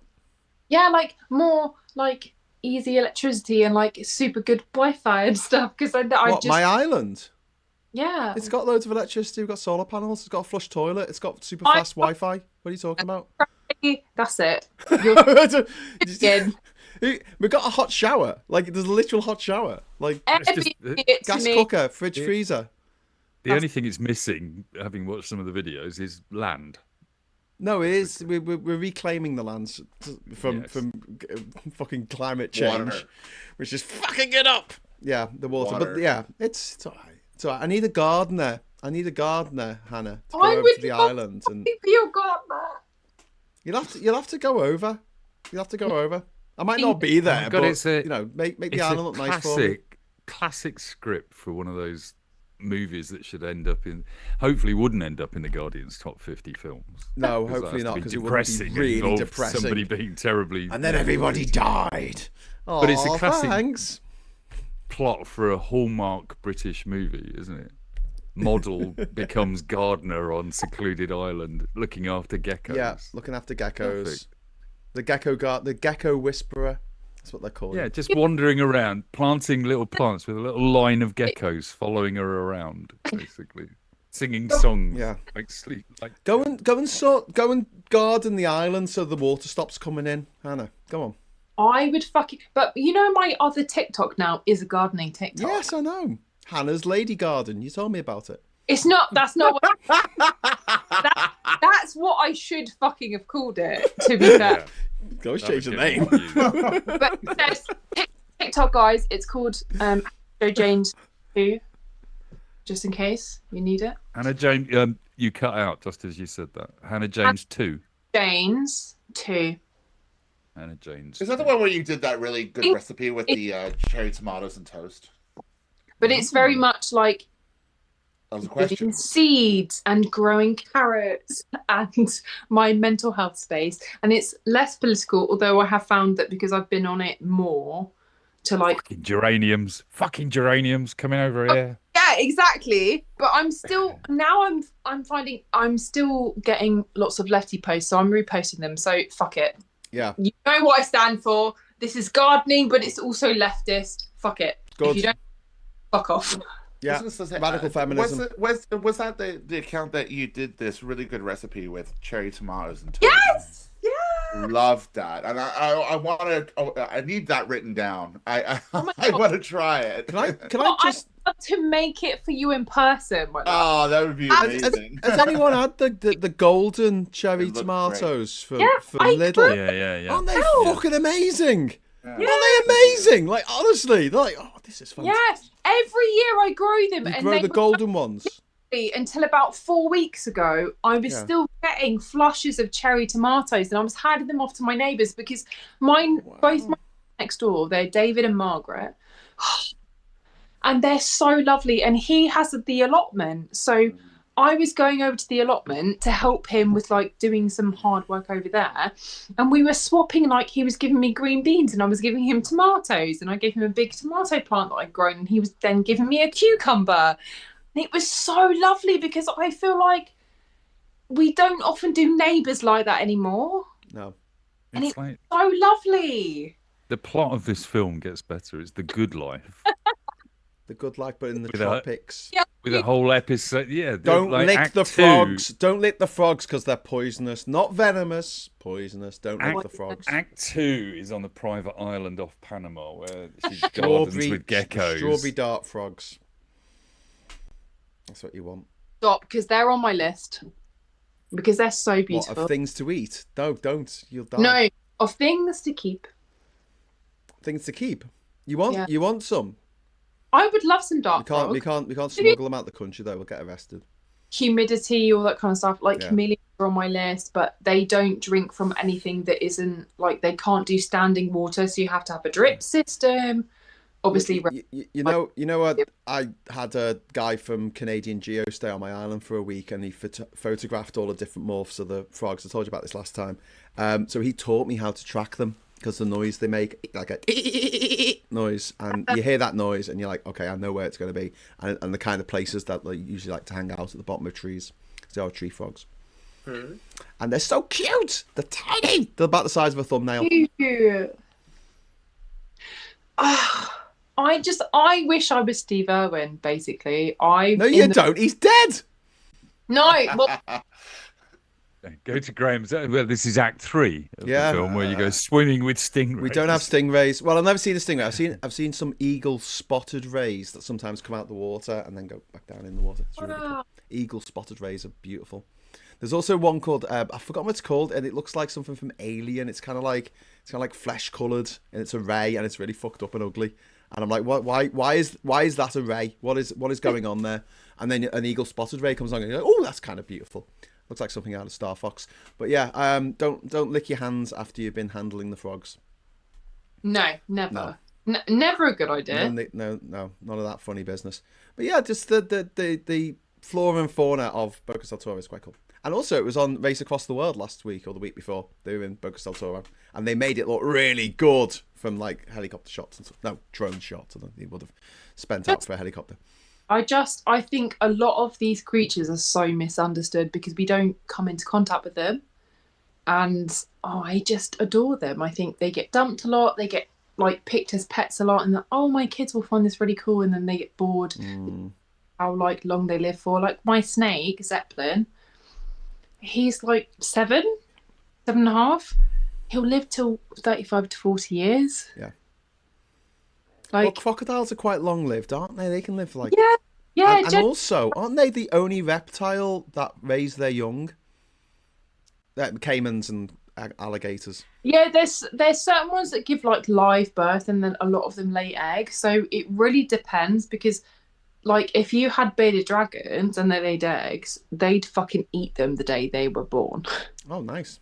So it really depends. Oh, I saw this on one of the David Attenborough documentaries. They had some caimans in the Amazon, and it was a mummy caiman, and she was being followed around by a little caiman, little babies, which also included one that wasn't hers that she adopted. She was looking after someone else's who had, I don't know, fallen in love with a log or something. It really depends, like species by species, but I feel like people also like crocodiles are one of the only species, land-ish species, that survived the dinosaur killing asteroid. Yeah, that's to them me. And sharks have been around for ages. You know, sharks are older than the rings of Saturn.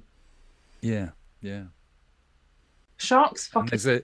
And there's one in the Arctic. There's an Arctic shark that lives to be 500 years old. Lobsters live. They don't die. Lobsters don't die unless they get eaten. No. They don't die. They just get bigger and bigger. So you could have like 1,000-year-old lobster. They've all been eaten now, so you wouldn't really find one. Here we go. They're Here immortal. We go on. We're both into ADHD territory. Yes. Tell us about your immortal. Okay. Here's a fact. You know what, guys? You do know it's like 12:30, right? Yes, it is 12:30. We should call it a night. I am going to need to move off this chair. I've got to go. I've got so much stuff to do tomorrow. I've got to get up. I'm going to the barbershop tomorrow. Well, so. I had an NHS victory because I got booked in for a MRI scan tomorrow morning in Guildford, which is a bit far. Right, yeah, and almost impossible to get to. So I had to hire a car, book a streetcar to get there. And I managed to get it changed this morning to Brighton on Sunday at 1 o'clock. So, wow. Well done. But it took me Talk 2 about days. driving. I failed my theory test this week. No. Oh, man. Oh. So this is funny because you got 50 questions, your multiple choice. Yeah. 43 is your pass. Yeah. I got 41. Oh. Recount. God damn it. My hazard perception, though, is awesome. Your top score is 75. Your pass is 44. I got 55. So in the little videos, we need to click the screen. I'm really good at that. I think that's because I'm on a moped. So the whole time I'm on a moped is always about. I'm hyper aware, because I know how vulnerable I am. So I think that's why I passed it so well. But 41.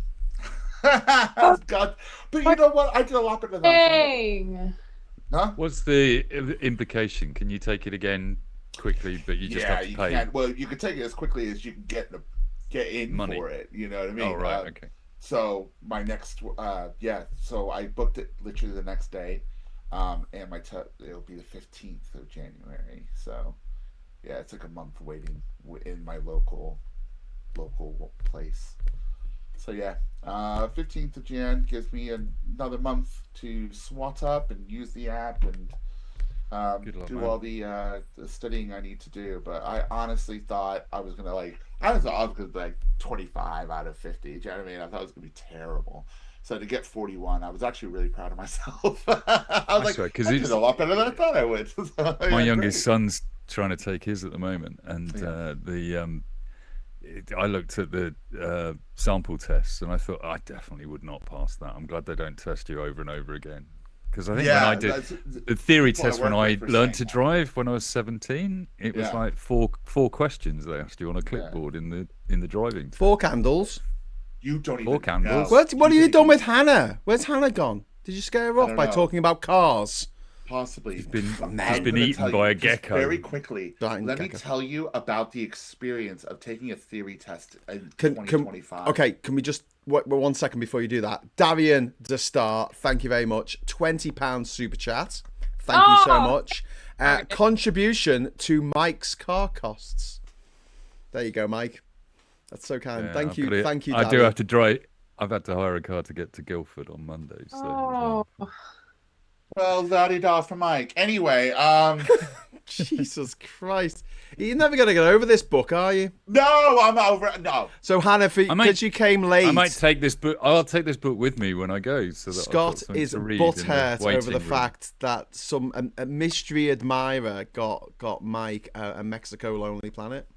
Oh! And he didn't get a Mexico Lonely Planet. And I didn't get shit. It was my birthday on Monday. Yeah. And it's Christmas. Oh my God. Wasn't it? It's not even my birthday, Scott. That's I know. it's like, I'm fucking sorry. That's all right. And I haven't even opened my Christmas present from Graham yet. So,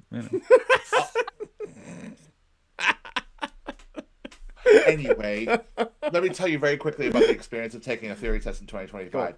Please. So I took it in 2023 and I let it run out. So tell me now. It was crazy. I'll tell you what. It's more secure than airport security. Oh, fuck this. It's crazy. So you go into when you walk into the reception bit, you take off your coat, you take off your electronic. You have to show them that your electronics are turned off. Right. Then that goes into a locker, right? Right. Then you they give you a pass, whatever. You go into like this next bit. You're then called through, and I walk into like this glassed off area, so that you see all the desks and all the people taking the test. It's all glassed off. There's a woman on one side with about 7 or 8 different screens where she's watching the people do the test. Oh. And then so all my pockets are empty, right? I needed to uncuff my jeans because my jeans were cuffed up, right? I needed to empty out every like show my empty pockets. She looked behind my fucking ears. I was told this because this did not happen to me. Oh, because you can have little things in your ears. Yeah, can't you? yeah, So yeah, what the yeah. answers are. Yeah. That makes sense. Makes sense. Oh yeah, it does. But I was like, listen, do you want me to just get into my boxers? Did they find the? I was going to say, did they find the anal beads that we were texting you the answers? Literally, they find the butt plug. It's crazy.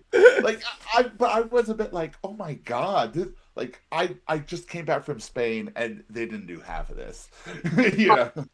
Yeah, mental. You walk in, it's just silence. All you hear is clicking. Beautiful. Of the mouse.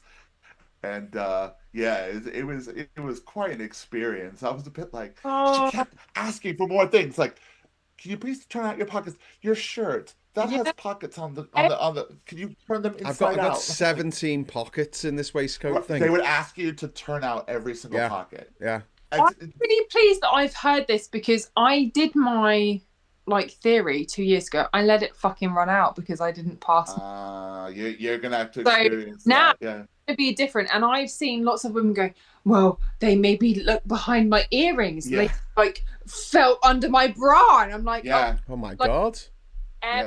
Purity. I had to show them the my waist of my my belt. I had to lift up my shirt and show them that I had nothing around, which is kind of embarrassing. Like I still got a bit of a belly, so I would show off my belly to the whole. Thankfully, everyone in the room's turned around facing their screens, but you know what I mean. Yeah, but it's still not fucking nice. Yeah, I was like, I'm handing. Oh my god, what do you think I'm gonna do? All stuff.